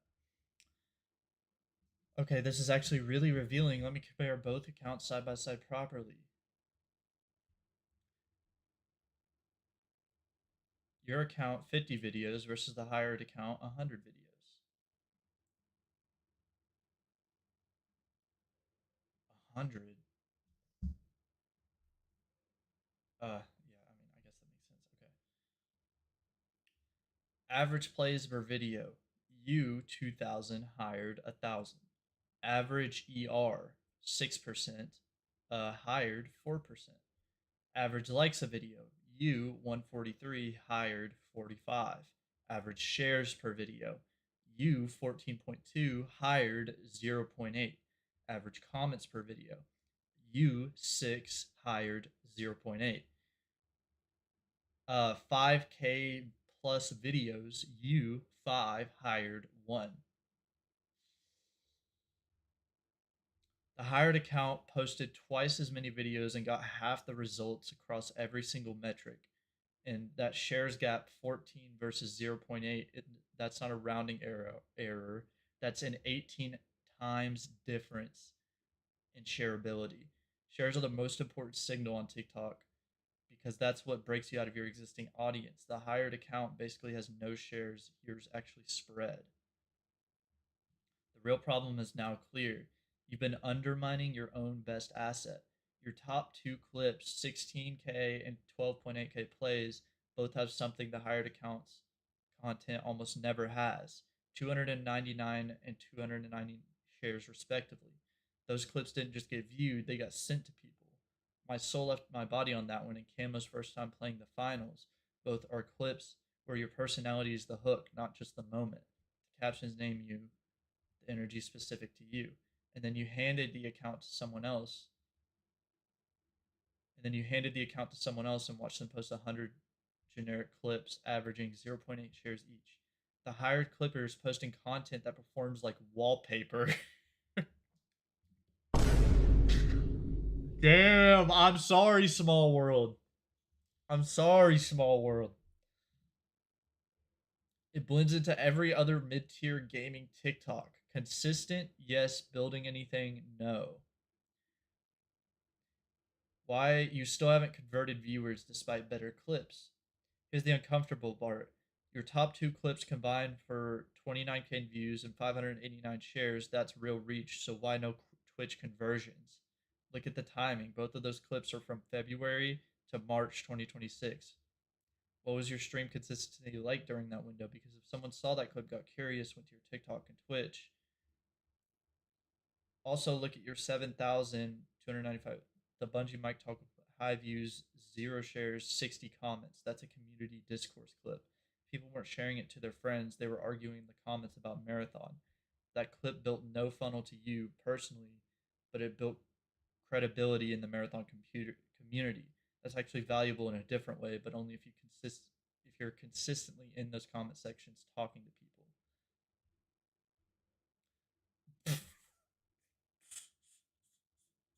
Claude has no fucking chill. What you should actually do now: 1. Fire the hired clipper or completely restructure what they're doing. The data doesn't lie. Their clips are dead weight. If you keep them, they need to be clipping your best personality moments with your name front and center, not generic gaming reactions. Either give them a strict creative brief or cut the expense. 2. Your clip account is your real asset and you abandoned it. 50 videos, 2x the performance, 18x the shares, and you weren't consistent with it. That's the actual mistake, not strategy discipline. Your content formula is already there. Look what actually worked. That's your template. You already cracked it twice. You just need to do it 50 more times at a higher posting rate.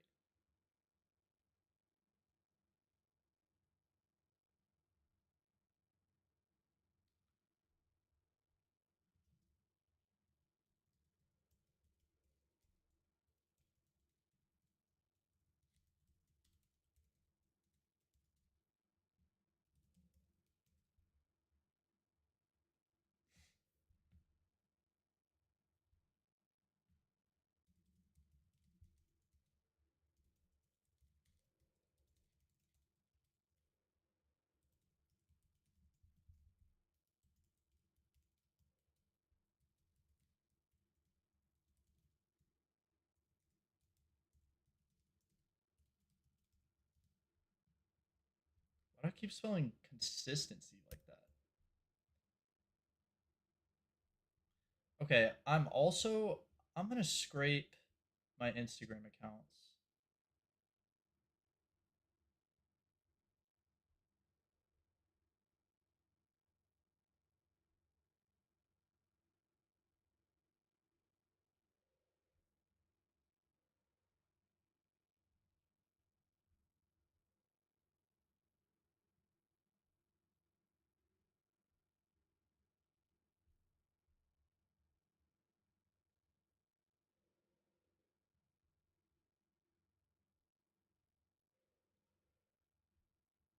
Content to scrape.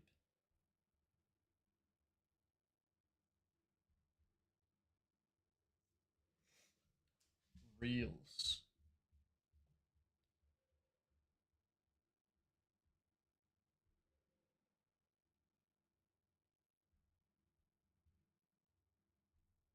Oh, can I not? Oh, okay.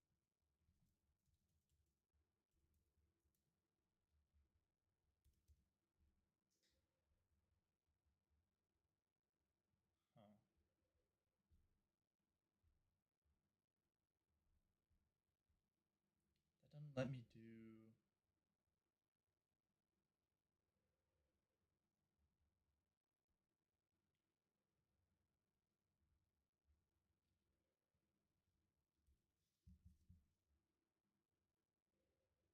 Okay, yeah, let me go to Instagram now.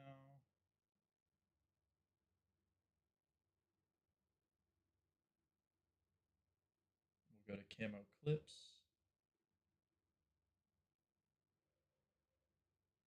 Still the same name.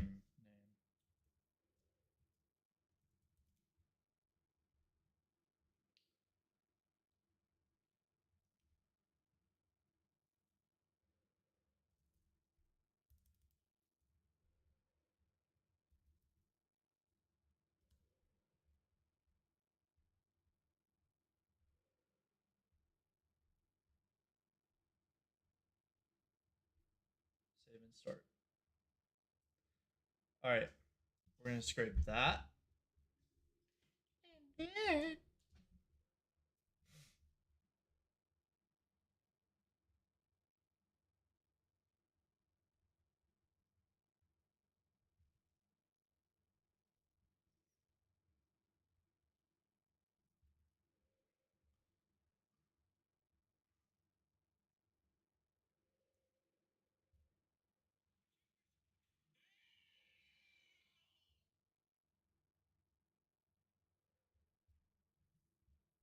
Wait, that's actually, hold on.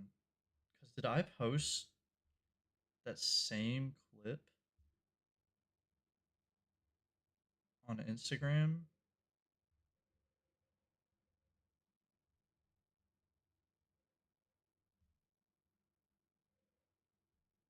Yeah, and it did better. That's so weird. But it was like essentially the same clip.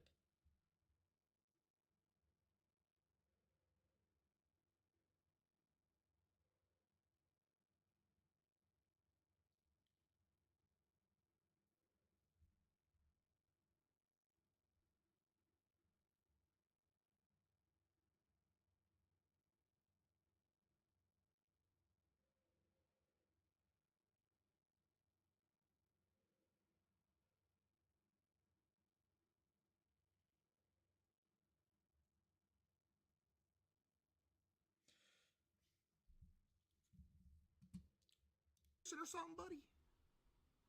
You're a little too accurate with this.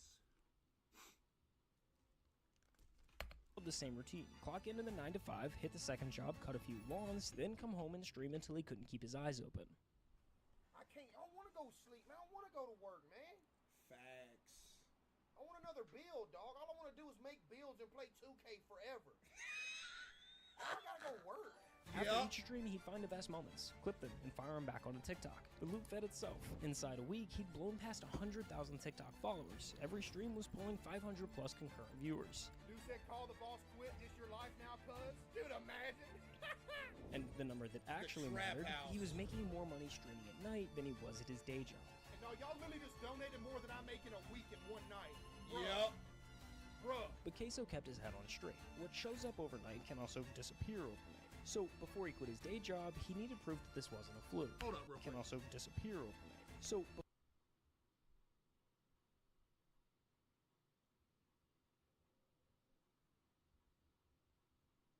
I'm actually so based, it's crazy. Oh my goodness. Yeah, I know my ball, buddy. Only thing I would redo now.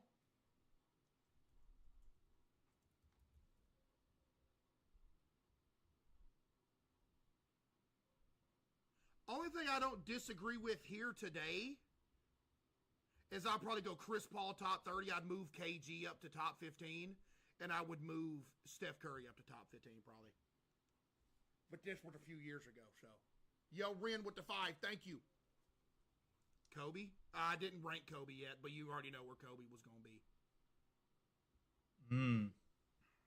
Before he quit his day job, he needed proof that this wasn't a fluke. So he made a deal with his chat. Hit 5,000 Twitch subs, and he'd quit his job. Yep. This a day we're going to remember forever, you feel me? This a day we're going to remember forever. I remember this. Y'all, man. Thank you, bro. I remember this it's day. All y'all, you feel me? Thank you, man. full-time queso in the building, and I'm laying in their mouth, too. Within just a few weeks, it was a done deal. Case's fan base was new, but dedicated, and they wanted to see him pursue this thing full-time. Like I said, I've been dreaming of wanting to, be a streamer, a content creator since I was 13 years old. I finally took the leap, bro. I was there. You was there, we. Yep, you was there too, Amaya. Yep. Y'all came through crazy. Now, it wasn't all sunshine and rainbows from here. His internet was still garbage, like genuinely bad. Yep. Streams would lag or even just end because the connection bottomed out. You see what I deal with? And when you're trying to build an audience, that's the kiss of death. If your stream ends, they move on to the next. Eventually, numbers started slipping. For a couple months, it looked like maybe the whole thing was a fluke. Maybe the bubble had already popped. You know, I seen the numbers when I very first started. You know, the hype was there because I first blew up. Had like 800 viewers every night. Then y'all seen it dip to like, 100, 150. I was like, I gotta do something different or it's gonna go under. Then he picked up a different game, Hogwarts Legacy. Yep. It was kind of a weird choice. It had a totally different audience from the 2K crowd he'd built, but he streamed it anyway, clipped a moment, and posted it to TikTok. Oh my goodness, it's the TikTok that saved me. Yeah. Chat, this is the TikTok that saved me right here. This specific one. Right here. I was up all night playing Hogwarts, dude. And I look out the window and the sun was, I could see the sun. It was like 7 in the morning. This was the TikTok that saved me right here. Well, I see the sun peeking through the window a little bit. Sleep schedule gone now. Gotta make Hufflepuff proud, though. Hey, it is what it is. Yep. That one video alone pulled in over 18 million views. Crazy. Just like that, he's back. Viewership climbs to 600. Keeps climbing. Month after month. Every week, another clip going viral. Another wave of... Alright, chat. I gave it my Instagram accounts. Now, the Instagram numbers are damning. Your account camo reel clipped 32 videos, 9,000 total likes, average of 288 a video. Hired account camo clips 110 videos, 7,000 total likes, 72 a video. Wow. Chat, that is ridiculous. Now that I'm actually seeing that, that's kind of ridiculous. What? That almost makes me feel like they didn't even like take me seriously. What the fuck?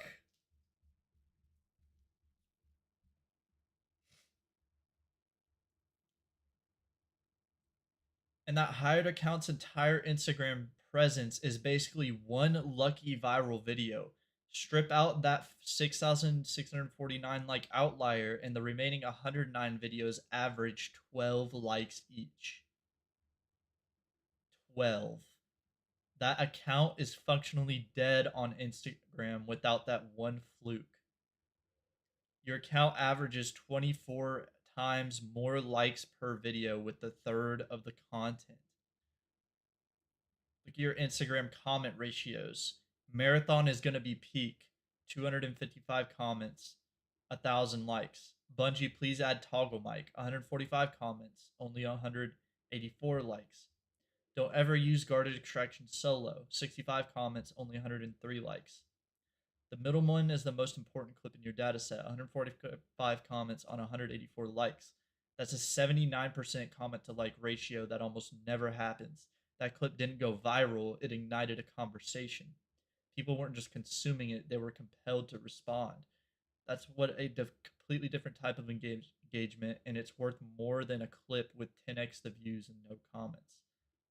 What that tells you, the marathon community is actively looking for someone to rally around right now. They're in comment sections debating, arguing, sharing opinions, and you're already in that space creating content they react to. That ship's low-key long past. Ship's low-key sailed. Your clips are building a marathon community following, not a camo following. Marathon content, 23 videos, average 391 likes, 41 comments. Non-marathon content, 9 videos, 22 likes, 0.8 comments. The non-marathon content is essentially invisible. Your audience on Instagram isn't following you. They're following marathon content. Blah, blah, blah. What needs to change? You need to attach your personality to the marathon content more aggressively. I'm not going to do that. The hired clipper needs to stop or be completely retooled. That account is dragging down your brand presence, not building it. Dude. If someone searches your name and finds that account, it's doing damage. Oh man, small world. I'm so sorry.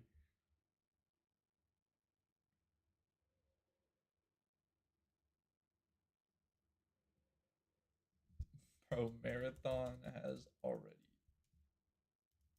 been out for a while, and that ship has sailed. Marathon isn't the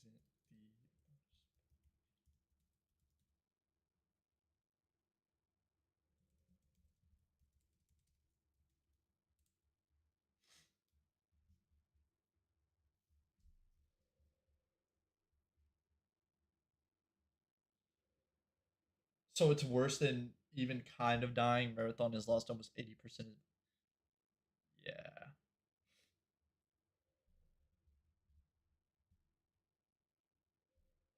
You just told me the game you built your coach is dying, which means I need to ask you directly, what are you actually streaming and playing right now?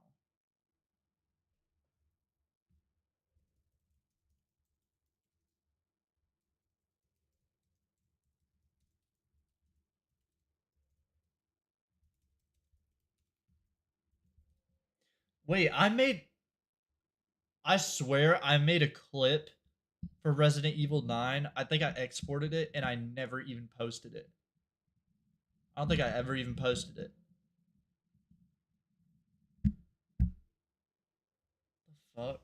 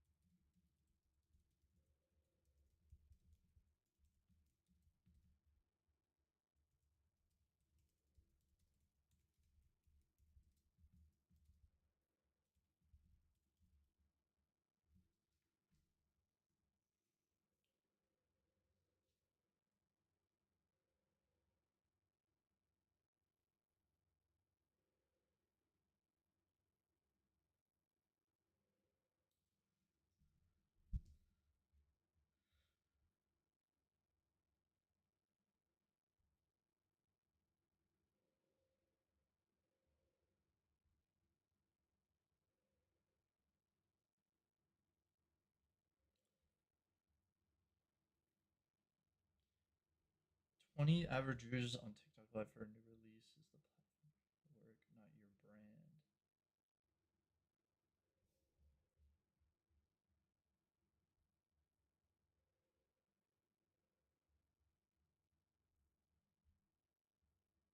You have no TikTok Live. RE2 isn't pulling anyone. Marathon is dead. The higher clip account is dead weight.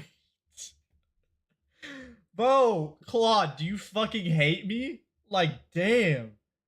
Claude does not give a fuck. He just gives it to you straight, dude. I mean, I like that, but damn. You need one thing, a game with an active searchable community that you can genuinely get into.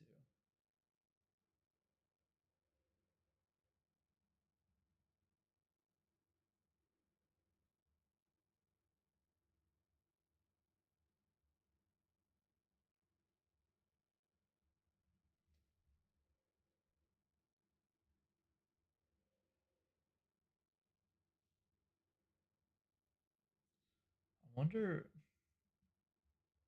could I?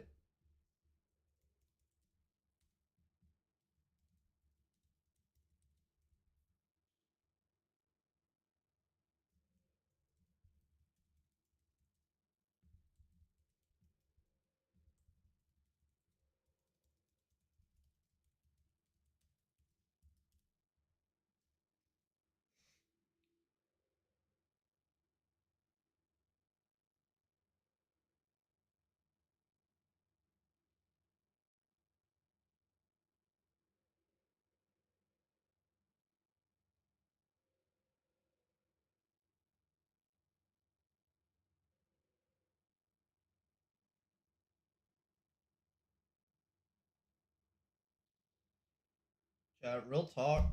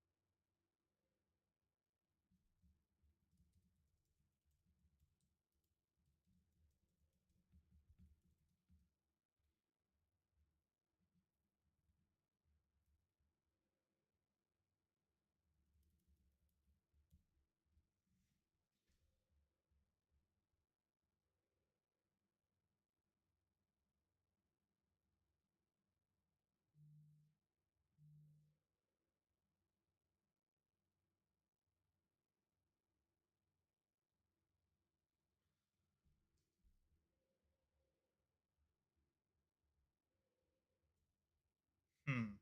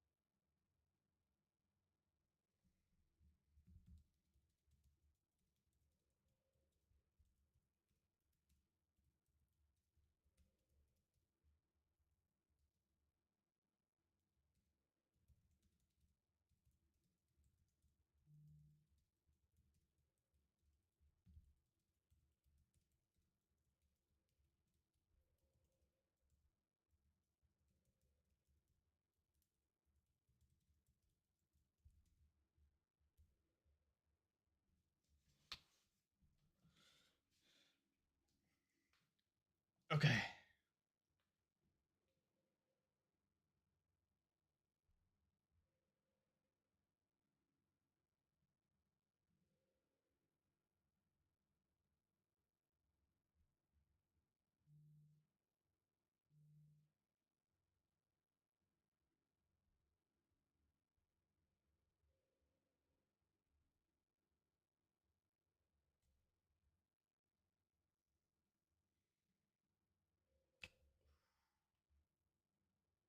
Chat, you know what'd be fire?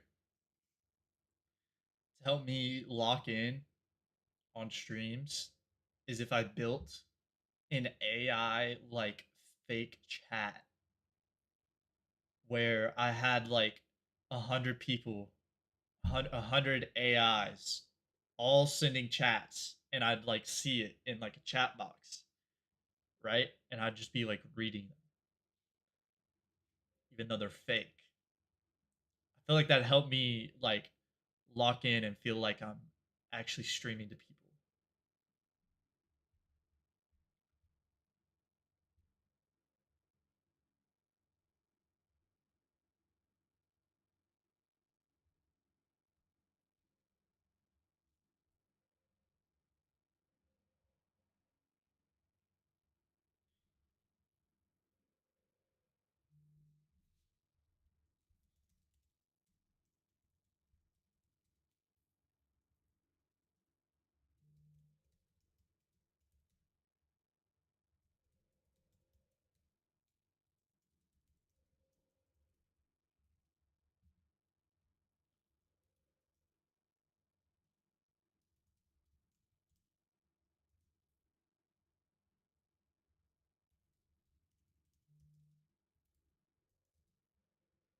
What is happening?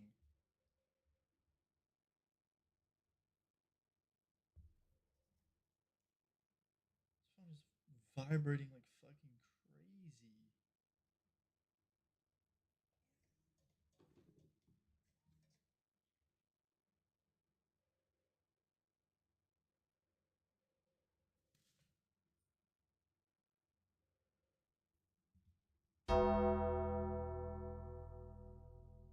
Wait. Monetization. TikTok has invited you to collaborate. TikTok has chosen you to collaborate.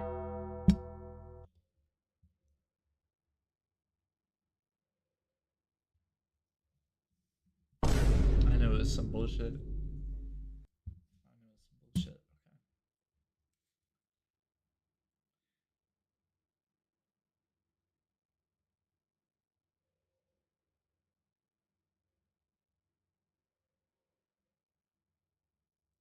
That's so weird to me.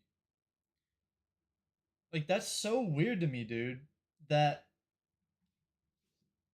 Spark ads on TikTok is basically saying make an ad for a brand, and then maybe they will use it and post it themselves, and if they do, then you can make money off that.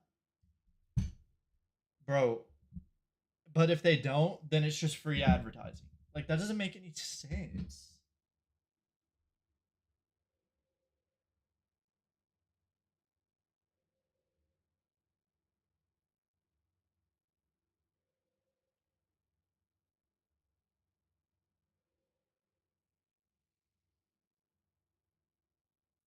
Oh, that's on my second account. That's not even on my main account.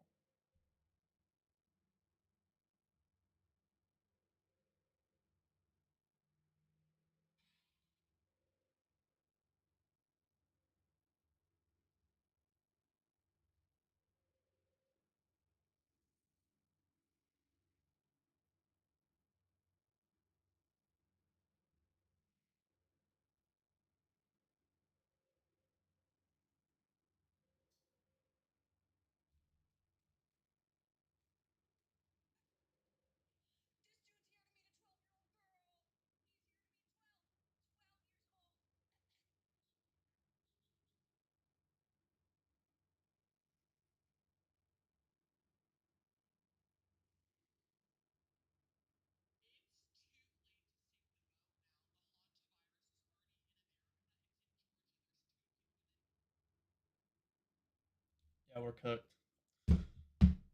Honestly, as long as I don't get the new hantavirus, I wouldn't be cool with that shit happening again. But it could boost my career. Look what streaming did to a lot of people during like COVID. I feel like I don't know.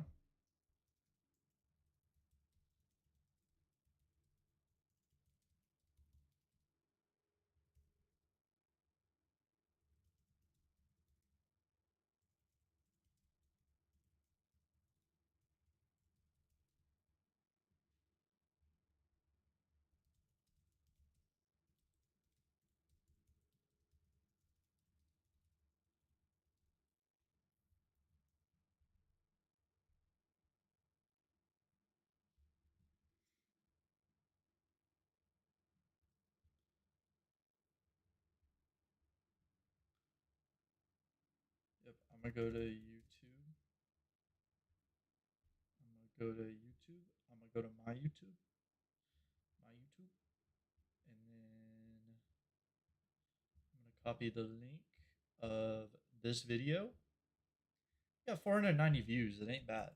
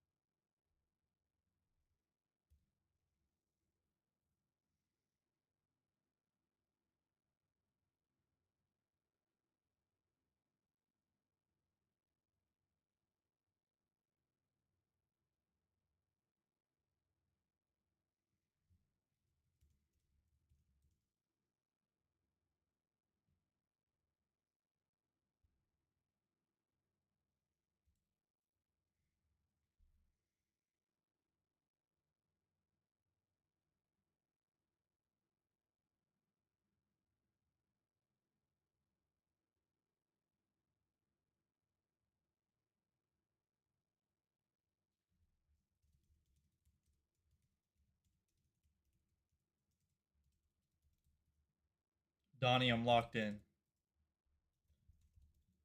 I'm so sorry. I'm like not even streaming right now. I'm not even streaming right now. I'm just fucking locked in on this. I'm telling you, the Red Bull fucking it fucks with me.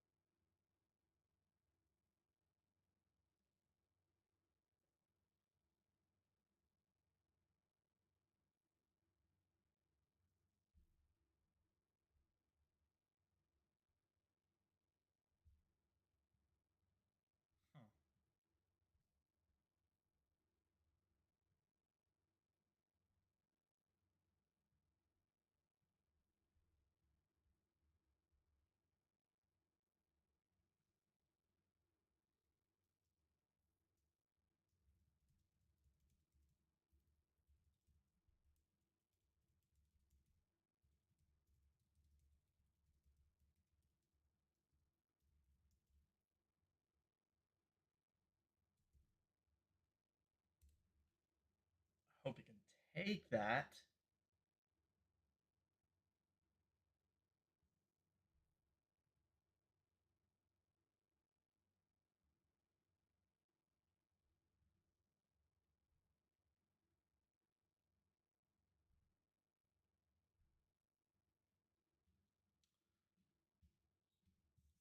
I'll play this. Viewers funneling straight The to the stream. broom races.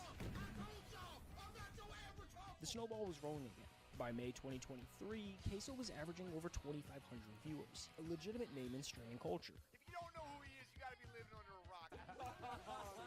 And this is level 2. At level 2, you're starting to live large. You're in big boy money territory. At this point, you're not going to bed afraid the whole thing vanishes overnight. Nah, I still would.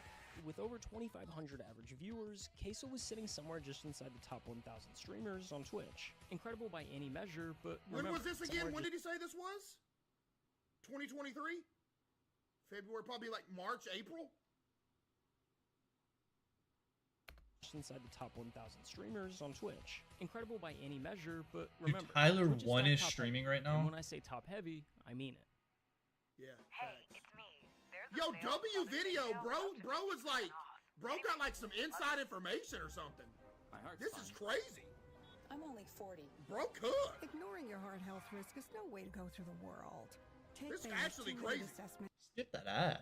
At any given moment, there are about 3 million users on Twitch watching content. When you break down the viewer distribution by channel rank, the picture gets pretty clear. Out of the millions of channels on the platform, the top 250 pull over half the viewership. That's the difference between level 2 and level 3. While it seems like the easiest jump on the ladder here, it's actually the most difficult. There's a specific blueprint nearly every streamer has followed to make this jump. Here, I'll break it down for you. What you're looking at right now is 5 of the biggest streamers on the planet. Each at the moment they were averaging exactly 2,500 viewers. Pay attention to the setups. None of them are exciting. The rooms are pretty basic. The camera quality kind of sucks. Oh my Pay attention to the setups. None of them are exciting. The rooms are pretty basic. Yeah, Ninja, dude. Bro looks entirely different now. Yeah.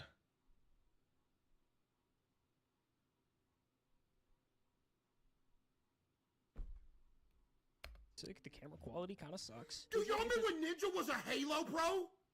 Ninja was a Halo pro. To the setups. None of them are exciting. The rooms are pretty basic, the camera quality kinda sucks, there's no production value. They look like what they are, just guys streaming from their bedrooms. Now fast forward to when those same streamers are pulling 10,000 viewers a night. Everything's changed. See, I feel like I wonder if I should do that. Do I need to be just a guy streaming from my room? Do I need to like lower my quality to do better before I up my quality? You know what I mean? Like, is it like unnatural and that's why people aren't watching? Is that my quality is this good? Focused on the wrong thing. The lighting's dominant, the cameras are crisp, the rooms look intentional. This is the blueprint kicking in, and it all starts with one realization. At this level, streaming isn't just a job anymore. It's a business, and like a business, the goal is to make as much money as possible. The internet, for whatever reason, craves a spectacle, and the spectacle game is pretty easy to play. You've kinda just gotta spend money to make money. The setup is just the start. Next comes the move to LA. Buy the mansion, drop the I just bought my dream car video. Hire a dozen editors to pump out clips around the clock. By the time you're clearing 50,000 viewers, it turns into an optimization race. Every stream, every upload, every second of content is engineered to milk the cash cow. The longer you stay on the top, the more efficient it becomes, and weirdly, the more the internet praises you for it. But the spectacle only works if people are still looking. Relevancy is the whole game. The second your numbers dip, the money goes with it. So you're forced to stay visible. You hit the podcast circuit, impulsive on Monday and blank on Thursday. You show up to every mainstream streamer event. You become a permanent fixture in the conversation because the conversation is the product. And the fastest way to stay in a conversation is to stand next to someone bigger than you. Take those same 5 streamers and pull up their biggest streams of all time. Ninja, Fortnite with Drake, Hayden Ross, the Donald Trump. I remember that. Do y'all remember when Ninja played Fortnite with Drake back in the day, bro? Yeah, that was like the craziest thing. That was like the craziest thing in the world at the time. Yo, we just like each other for real. Y'all should follow me too. What year was that, dude?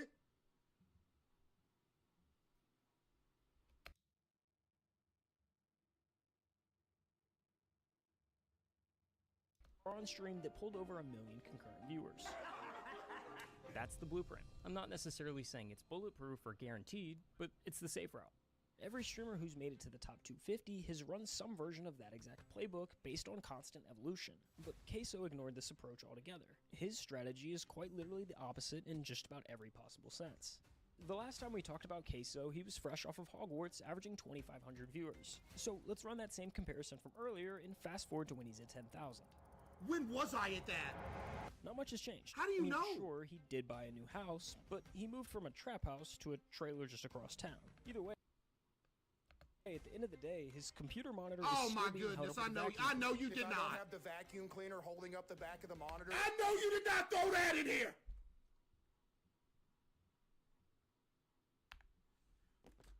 Monitor is still being held up with a vacuum cleaner. If I don't have the vacuum cleaner holding up the back of the monitor, it'll fall Just over. a clarification, that is a floor steamer, not no regular vacuum cleaner.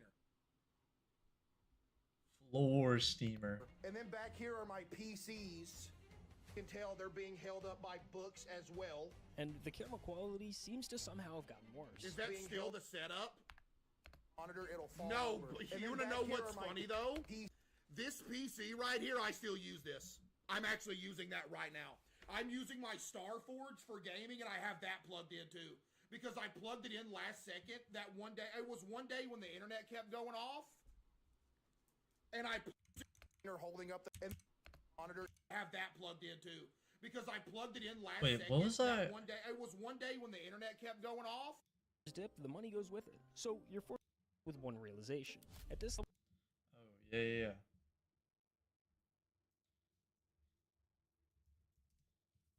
streaming isn't just a job anymore. It's a business.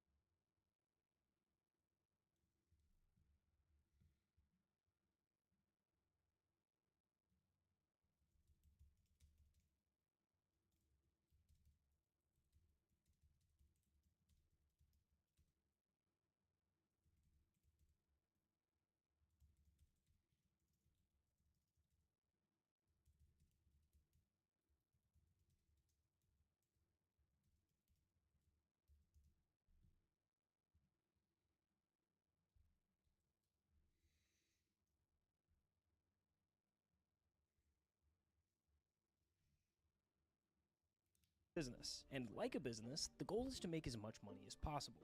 The internet, for whatever reason, craves a spectacle, and the spectacle game is pretty easy to play. You've kind of just got to spend money to make money. The setup is just the start. Next comes the move to LA. Buy the mansion, drop the I just bought my dream car video. Hire a dozen editors to pump out clips around the clock.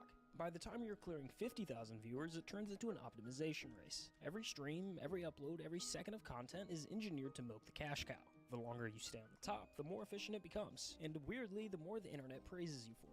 But the spectacle only works if people are still looking. Relevancy is the whole game. The second your numbers dip, the money goes with it. So you're forced to stay visible. You hit the podcast circuit, Impulsive on Monday and Blank on Thursday. You show up to every mainstream streamer event. You become a permanent fixture in the conversation because the conversation is the product. And the fastest way to stay in a conversation is to stand next to someone bigger than you. Take those same 5 streamers and pull up their biggest streams of all time. Ninja, Fortnite with Drake, Hayden Ross, the Donald Trump. I remember that. Do y'all remember when Ninja played Fortnite with Drake back in the day, bro? That was like the craziest thing in the world at the time. Do y'all remember that? What year was that, dude? On stream that pulled over 1 million concurrent viewers. That's the blueprint. I'm not necessarily saying it's bulletproof or guaranteed, but it's the safe route. Every streamer who's made it to the top 250 has run some version of that exact playbook based on constant evolution, but Queso ignored this approach altogether. His strategy is quite literally the opposite in just about every possible sense. The last time we talked about Queso, he was fresh off of Hogwarts, averaging 2,500 viewers. So let's run that same comparison from earlier and fast forward to when he's at 10,000. When was I at that? Not much has changed. How do you know? Sure, he did buy a new house, but he moved from a trap house to a trailer just across town. Either way, at the end of the day, his computer monitor is oh still my being held goodness! up with a vacuum I know you If did I not. don't have the vacuum cleaner holding up the back of the monitor. I know you did not throw that in here.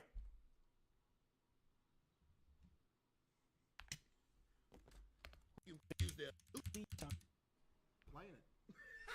Games a normal person wouldn't think to stream, but then you watch for 5 minutes and you start to get it. This is the funniest dude on the internet right now. Just plays the most random Everything. games. Queso, where did he come from? 200,000 viewers playing Fall Guys yesterday. Because the game isn't the point. The chat isn't there for the games. They're there to watch him fall out of his chair for the 10th time this month and narrate it like he's describing a car accident. Yo, music with the 5. Almost killed me. No! Yo, chat! The chair is dead, dude! To watch him get jump scared by a horror game and scream at a volume that blows out the mic. And that's why it worked. By January of 2024, Queso was averaging over 50,000 concurrent viewers every single night, making him the #3 ranked streamer on all of Twitch. Get fit for the new Callaway Quantum. Yo, this video is good. Experience a quantum leap in distance. Own a vacation rental? If it's not listed on Booking.com, it's invisible to millions of This is a travelers. good on our video. platform. Don't let your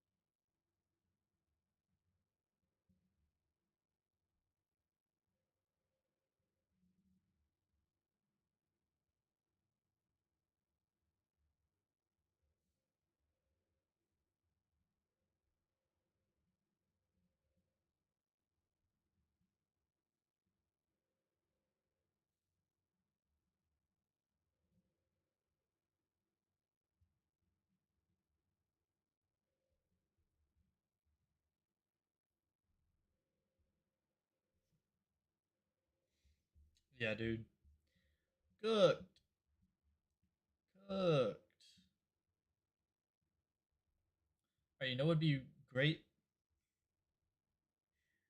Red Bull. Where are you?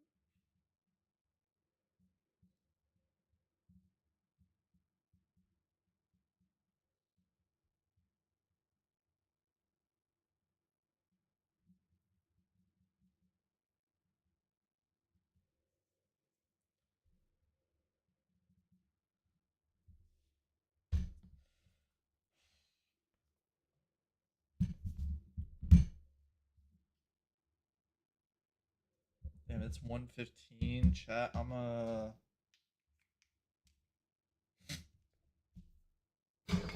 Yeah, I'm gonna fix a snack. I'll be back. All right, I gotta let my dog out too. I'll be back.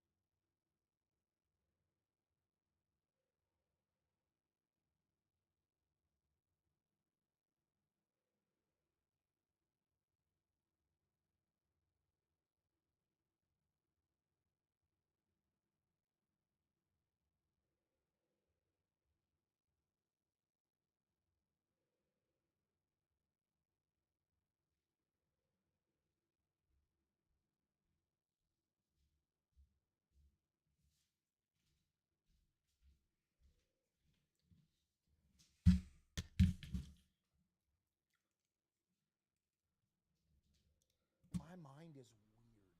Like in my mind, I still don't have the thought of like I still made it. Yeah, because in my mind, I feel like if I have that thought and tell myself that I made it, you don't want to get like lazy. It's gonna go downhill. Yeah. You know Oh my goodness, that's exactly what I think.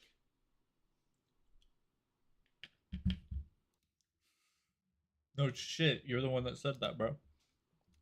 Khalidis with the 5, thank you.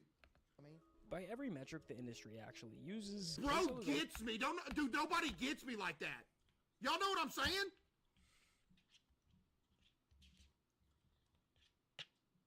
Y'all understand what I'm saying when I say that right there?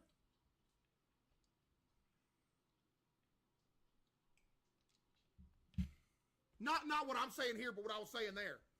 my mind is weird.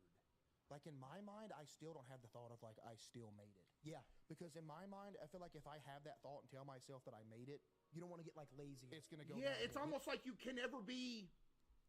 I've always had the thing is like you always have like a limiter on like the certain happiness level I can get to, because if I get to like a certain happiness level, something bad's gonna happen. Yeah. It's always got like a limiter on it. Do y'all do that too?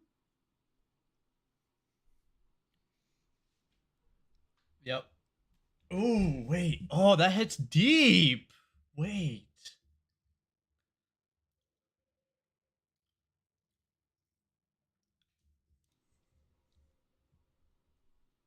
You know what I mean? By every metric the industry actually uses, Queso is underperforming. He's leaving growth on the table at every possible turn. He doesn't invest in new setups, he doesn't upgrade his gear, and has no real plan to optimize himself. Every analyst will tell you he could be twice the size he is if he just ran the playbook like everyone else. And honestly, they're probably right. But here's the thing. Queso never looked at any of that and felt like he was losing something. Buying a house in the hills, pulling up in a supercar, collecting all the things that say you've made it. None of that ever seemed to be important to him. And there's nothing wrong with wanting those things. A lot of creators go in with exactly that goal in mind.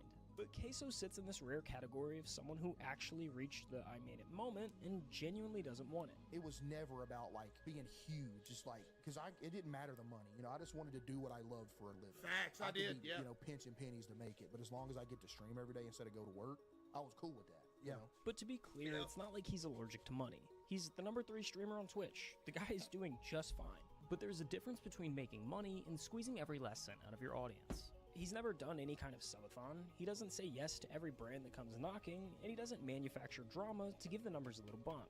The way he sees it, you can't leave money on the table if it was never what you sat down for. I made that. Some of my most favorite jobs I ever had were the jobs where I was making pennies. Yo, I'm not even finna lie to y'all. Facts. I think y'all just donated more than my week's paycheck in one night. September 14th, 2022, bro. Were the jobs where I was How you get this? Pennies. Yo, I'm not even finna lie to y'all. I think y'all just donated more than my week's paycheck in one night. I'm talking about sitting in the parking lot of the dollar store, having to call my mom, be like, hey, can you spot me $50 for food for the rest of the week? Yep, and matter of fact, not only was it the dollar store, you got the specific dollar store right. It happened at a Family Dollar. Bro even got the dollar store right. Bro could have put a Dollar General. No, bro even got it happened outside of a Family Dollar on the left-hand parking lot. In one night. I'm talking about sitting in the parking lot of the dollar store, having to call my mom, be like, hey, can you spot me $50 for food for the rest of the week? And she would spot me that 50 every time. But you know what? I was happy. Like, if I could turn this into something and just be able to do this with y'all every day, that'd be a dream come true. Yeah, I was broke, but it was all right because the job was cool. Yep. Dude, I'm not worried about Twitch ad revenue. I would rather people have a good viewing experience than make an extra, you know, whatever. Yeah, I agree with that too. So that's the money half of the blueprint. The mansion, the supercar, the optimization. But my ads are set to as low as possible. W Brute with the 50. Thank you, Brute. W Brute for real. Thank you, W Brute. Half of the blueprint is relevancy. The streaming world has a short memory, and the way you fight that is by staying in the conversation. Podcasts, events, collabs, it all comes down to the same idea. Stand next to someone bigger than you, and you get to share some of their spotlight. Well, if you thought he was underperforming on the money side of the blueprint, just listen to this. In 3 years as one of the biggest streamers on the planet, he's done exactly one traditional collab. Jinxie. What's the furthest you've ever traveled? My boy Jinxie's the only dude to ever get me out the crib to go do something. That's my boy right there. That's my boy right there, man. Not gonna lie, look at us. traditional collab. Jinxie. What's the furthest you've ever traveled? Florida. Then that was one time. That's the homie Layla Laser right there Furthest too. you've ever traveled? Florida. Then that was one time to go to Jinxie's house. And that collab is almost word for word the only existing footage of Queso outside of his own house. My friend brought this up yesterday to me when we were chilling. He said it's crazy that Jinxie literally has the only recorded footage of me outside of my own screen set. Like, he's the only one. Yeah. That's got me out of my room. Matter of fact, it was the first time he'd ever left the state he was born in. So this is the first time you've ever been out of... Besides the one time I went to Branson, Missouri when I was a kid and almost drowned. Florida? Or out of Arkansas. Yeah.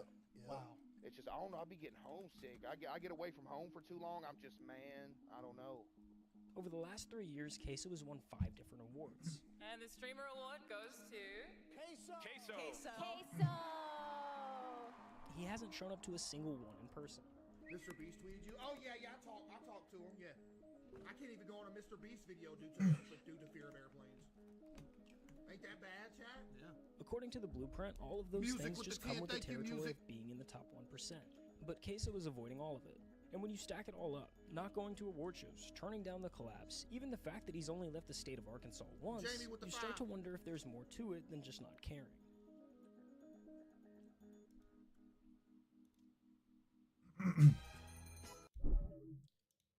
Here, let's see. The burnt peanut is a recession indicator.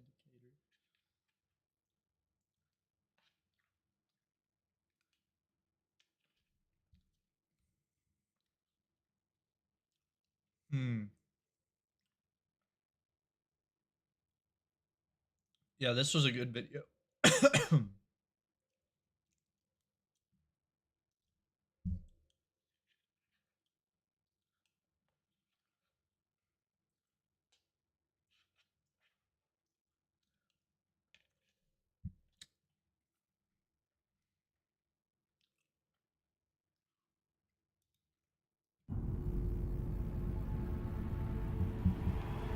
I think I watched all this too.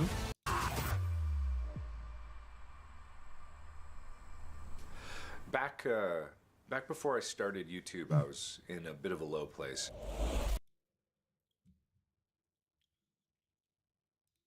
Most YouTubers have a ceiling, a limit to their reach. Even the biggest creators, millions of subscribers, sold-out theaters, viral moments, they all exist within a defined space, a realm of possibility. But then there's speed.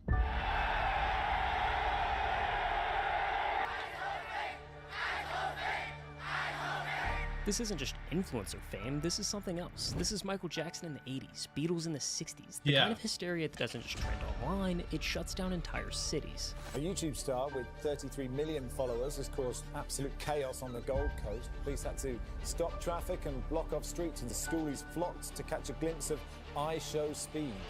Now, what if I told you that all of this, and I mean all of it, really started with just $1.79 and a random kid named Bradley?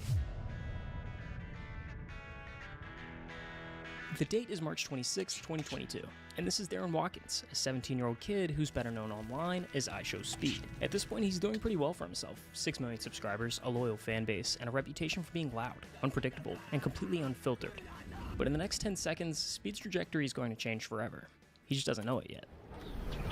Bradley donated £1.79 through Super Chat. What soccer football team do you support? Cristiano Ronaldo, Suey. 3 words, Cristiano Ronaldo, Suey. A simple answer, a throwaway moment. But what Speed didn't realize, what nobody realized, was that this wasn't just another clip. It was a portal, a gateway into a world far bigger than anything he'd ever known. Why? Well, because football. No, not that football, this football. See, most Americans, we live in a bubble, and to us, football means Tom Brady, tailgates, and Super Bowl commercials. But outside of the US, football isn't just another sport, it's a religion. It's woven into the fabric of daily life. It's in the favelas of Brazil, where kids are dribbling barefoot on concrete, dreaming of being the next Neymar. It's in the alleyways of Paris, the packed streets of Lagos, the beaches of Thailand. It's the pulse of a country, the pride of a city. And when that clip escaped the bubble, it hit the internet like a grenade. Reposts, retweets, millions upon millions of views. Overnight, Speed had stumbled into an audience he never even knew existed. Now, for my fellow Americans out there, let me put this into perspective. The Super Bowl averages around 115 million viewers. Huge, right? But the World Cup? The 2022 final alone had 1.5 billion people watching. Across the entire tournament, over 5 billion tuned in. Bradley didn't just donate $1.79, he unknowingly handed Speed a ticket to the biggest stage in the world. So Speed picked up a soccer ball for the first time, booted up FIFA, and something clicked. As he butchered players' names, lost his mind over pack openings, and celebrated every game like it was the UCL final, the football world didn't just watch, they embraced the chaos. Fans poured in from every corner of the globe, not just for the gameplay, but for the spectacle. And at the center of it all, one man, one obsession: Cristiano Ronaldo. Cristiano Ronaldo isn't just a soccer legend, he's the biggest name on the biggest stage in the entire world. Over 1 billion followers across social platforms, more than any musician, actor, or influencer. To millions, he's not just a player, he's a symbol of greatness. And Speed built his entire persona around him.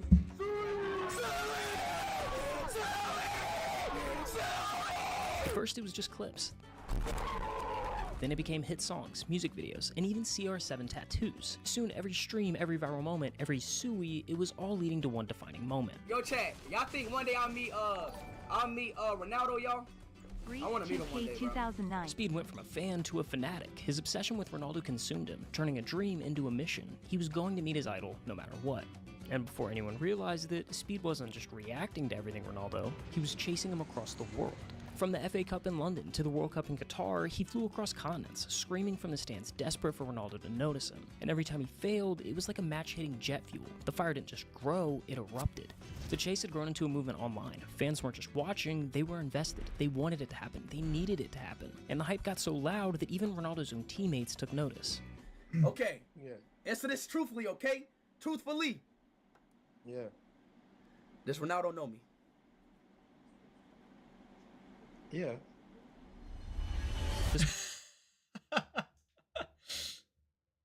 Twitch is always so empty. Pursuit really pulled Speed out from behind the desk and removed him from the same video game focused path that most streamers follow, as he hopped from country to country, from training sessions to sold out stadiums. This IRL format unlocked his full potential. His chaotic energy wasn't just entertaining, it was electric. With 17 million subscribers now rallying behind him, the chase wasn't just a dream anymore, it was destiny. Following a 3-0 win over Bosnia, a stadium of Portugal fans buzzing with energy, and deep in a parking garage after months of chasing, screaming, Speed's dream finally became reality. New limited time raspberry smoothies. Now blending at Wawa. Golf is so much more than just 18 holes. Those who forget that, struggle. But along the way, Speed started to notice something. He had fans back home, sure, but here, in the rest of the world, it was different. The energy, the crowds, the sheer scale of people showing up for him, it was unreal. So what did he do? Well, he basically started a global tour. Japan, the UK, India, Brazil, each destination was different, but the effect was the same. One day he was playing cricket in India, the next he was screaming Sui at the Ballon d'Or. He was embracing local culture, standing face to face with his audience, country by country, city by city. He wasn't just passing through, he was leaving behind entire waves of diehard fans. You get money because you look cute. At first, it seemed like a traveling circus.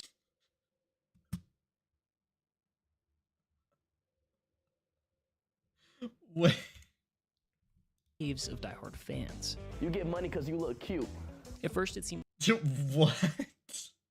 Like a traveling circus. Wherever Speed went, people gathered, drawn in by the sheer unpredictability of Speed's stream. They just wanted to watch, to see the chaos unfold in real time, to witness whatever unpredictable thing that he would do next.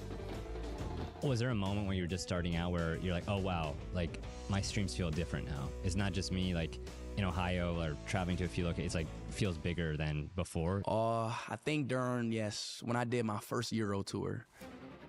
In the summer of 2024, Speed set his sights on something bigger, a full-scale tour spanning across half of Europe, 18 countries in 30 days. From trying a doner kebab in Germany, to meeting the Prime Minister of Albania, to playing soccer in the streets of Poland, every stop became a landmark moment. Fans sprinted through miles, weaving through traffic, desperately trying to be a part of the action.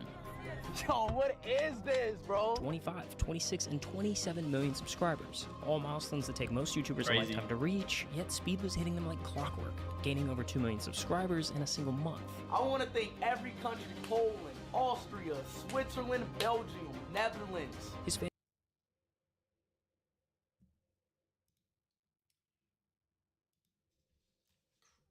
Crazy.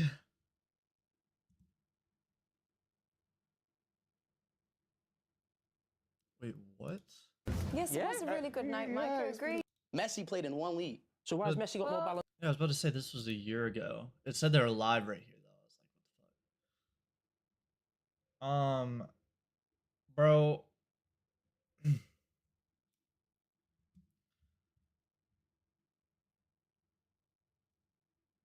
What the hell? Oh my gosh. Chat, Lego Batman Legacy of the Dark Knight launch trailer. Launch trailer dropped 2 hours ago. Let's see it.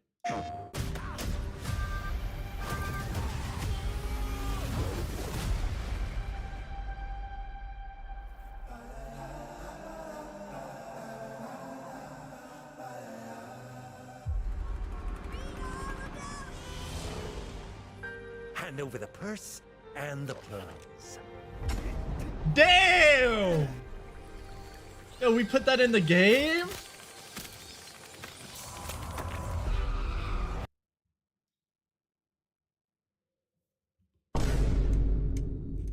What? Bro, what the fuck is happening here? If you make yourself more than just a man,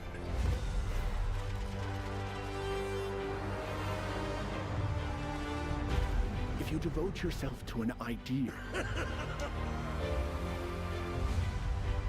then you become something else entirely. It's gonna be so sick.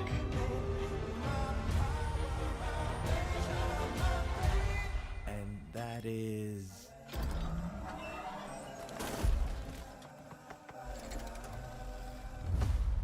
a legend, Mr. Wayne.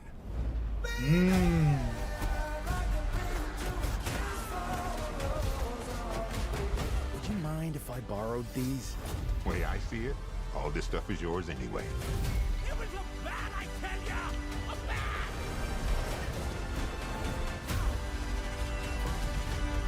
Woo! Right in there, kid. Oh, wow! Dang, Nightwing too.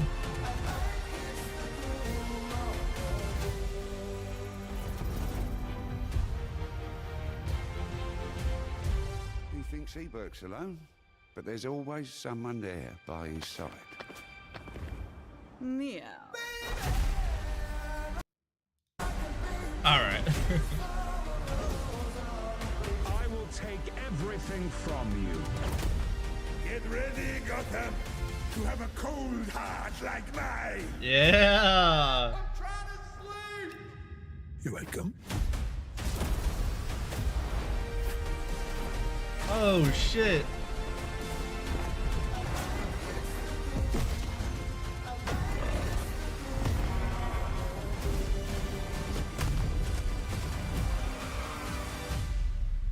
This looks like it has hella content, I'm not gonna lie. Holy shit. On the 22nd? Bro, I'm lacking. I'm lacking. That's literally like... Oh my gosh. I'm lacking. Chat, I forgot. Unfortunately, I'm not going to be able to play that. Dude, I'm going to South Carolina and I'm going to try to get content in South Carolina on that day. I'm going to have to do it like on Tuesday or Monday night. I'm going to have to start that marathon. And I don't even have anything prepared for it. I'm not going to lie. Like, I have nothing prepared for it. Fuck. I got to do that. I have got to do that.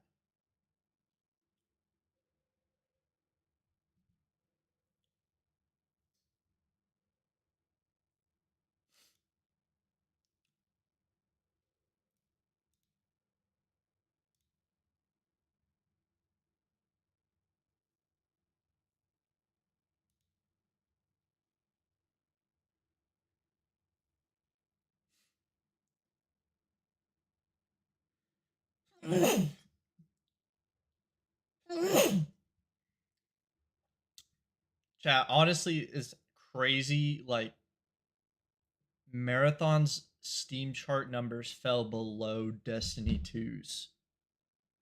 You know how, like, crazy that is? Like, that is not good at all. Your newest IP, or not even IP, but your newest game that you left your previous game to develop, now, yeah, hit lower player count numbers than the game that you left. Like, what? Dude, how's that even, like, there's nothing going on in Destiny 2 right now either. Like, there's nothing happening in Destiny 2.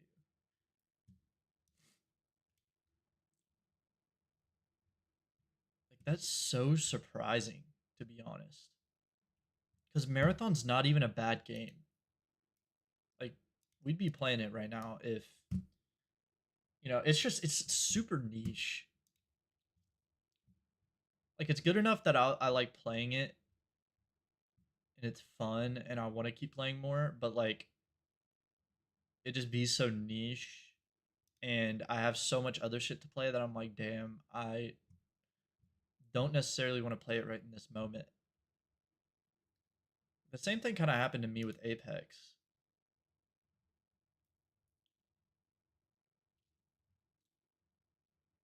Oh, they added the new legend already.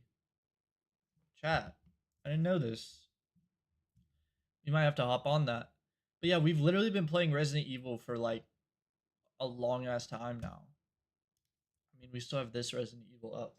Shit, now I'm like sitting here thinking about ending stream to work on my trailer. Chat, we gotta make a Lego Batman trailer. And I need to like, I feel like I need to plan the layout of my room. Although I don't think I'm going to do anything to my room. Because I can't. I really just can't. Like last year, I literally, all I did was put the fucking tarps up, and now we just keep the tarps up anyway. Like now we just put them up anyway. So Train can have like some privacy. If she's like watching a show or something, you know? But damn, I'm not gonna be able to do shit to my room.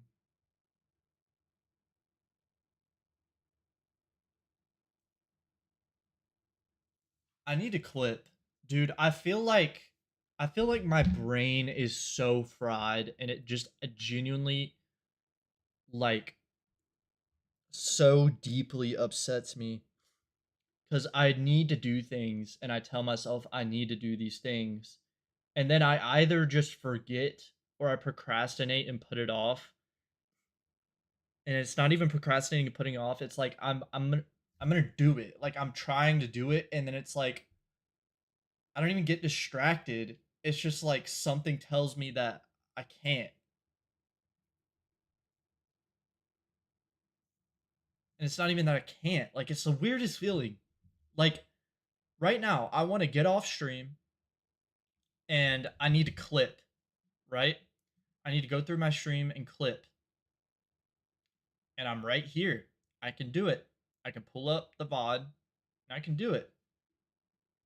But every fucking fiber in my body is telling me no. Like I'm trying to think about doing it, and I'm literally just like I'm like tensing up. I'm like I can't. I fucking can't. Like it's almost like it's like negative dopamine. It's like in my mind, if I were doing that, I would literally get negative dopamine. I would be suffering. Like I don't even know, dude. Cortisol spike. It sucks. It pisses me off. I don't know how to fix this.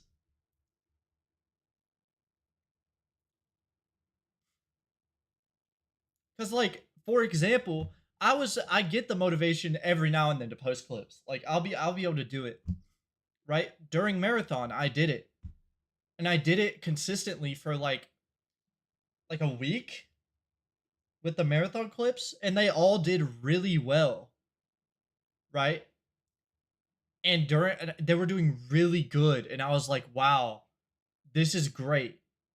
Like this is great. My clips are doing really well. I'm gonna keep posting every single day. And then I haven't fucking posted a thing since, except for Resident Evil. I posted one Resident Evil clip, but I haven't posted a thing since. Bro, and that was like 2 months ago or something. That was literally 2 months ago. Like, you don't understand how badly like I want to post and do that, but it just pisses me off that I literally, it feels like I can't. And a lot of the times I just force myself to do it. Right? And even like sometimes you force yourself to do it and then you're like, okay, this isn't that bad. Sometimes you force yourself to do it and the entire time you're just like fucking dying. You're like, dude, I need to just stop. Like, how do I fix this? Somebody, please, please. I'm actually like, I'm having a crisis right now. I want to be able to be locked in and I want to be able to like do the things that I need to fucking do. And I'm not even talking about having the motivation. Like, I feel like the motivation's there. The discipline is, you know, it's there in some capacity. But there's only so much I can fucking put myself through. To the point where I need to be like, wait. Is it me not being disciplined is the problem? Or is there something else that I can fix that would make it easier for me to not have to discipline myself as much as I do?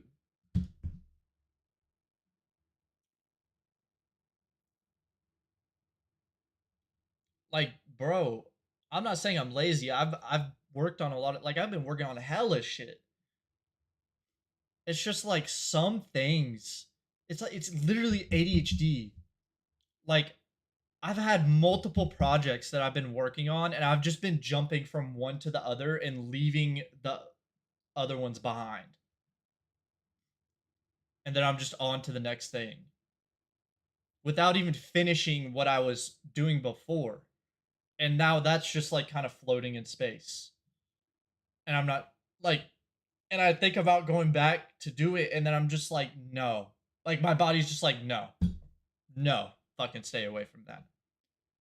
But I'm like, no, but I want to go back and I want to do it. Like, I literally want to. I literally want to. And I know I have to. But my body's like, stop you right there. Bucko. Fuck! Does anyone else experience that? Does anybody else experience that? Can somebody help me and give me tips to, like, fucking navigate that? Or even, like, bro, is it peptides? Do I need to start fucking running Simax and Selenk? Or fucking Adamax? What do I need to do?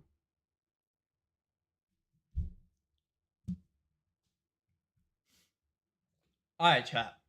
Alright. Like, I'm literally, I'm trying to bump house music every morning to up the vibe, and it helps. I'm trying to, but like, it's not fixing the core issue, chat. It's not fixing the core issue. Chat, I think I'm gonna hop off here and clip. I'm gonna try to force myself to clip.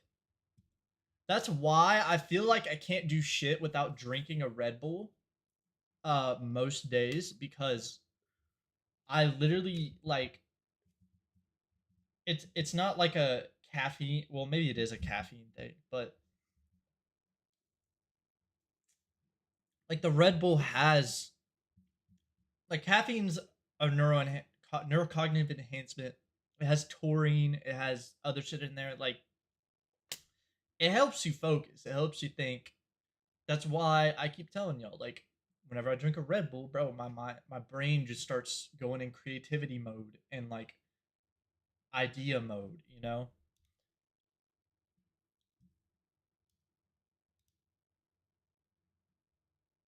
I don't know.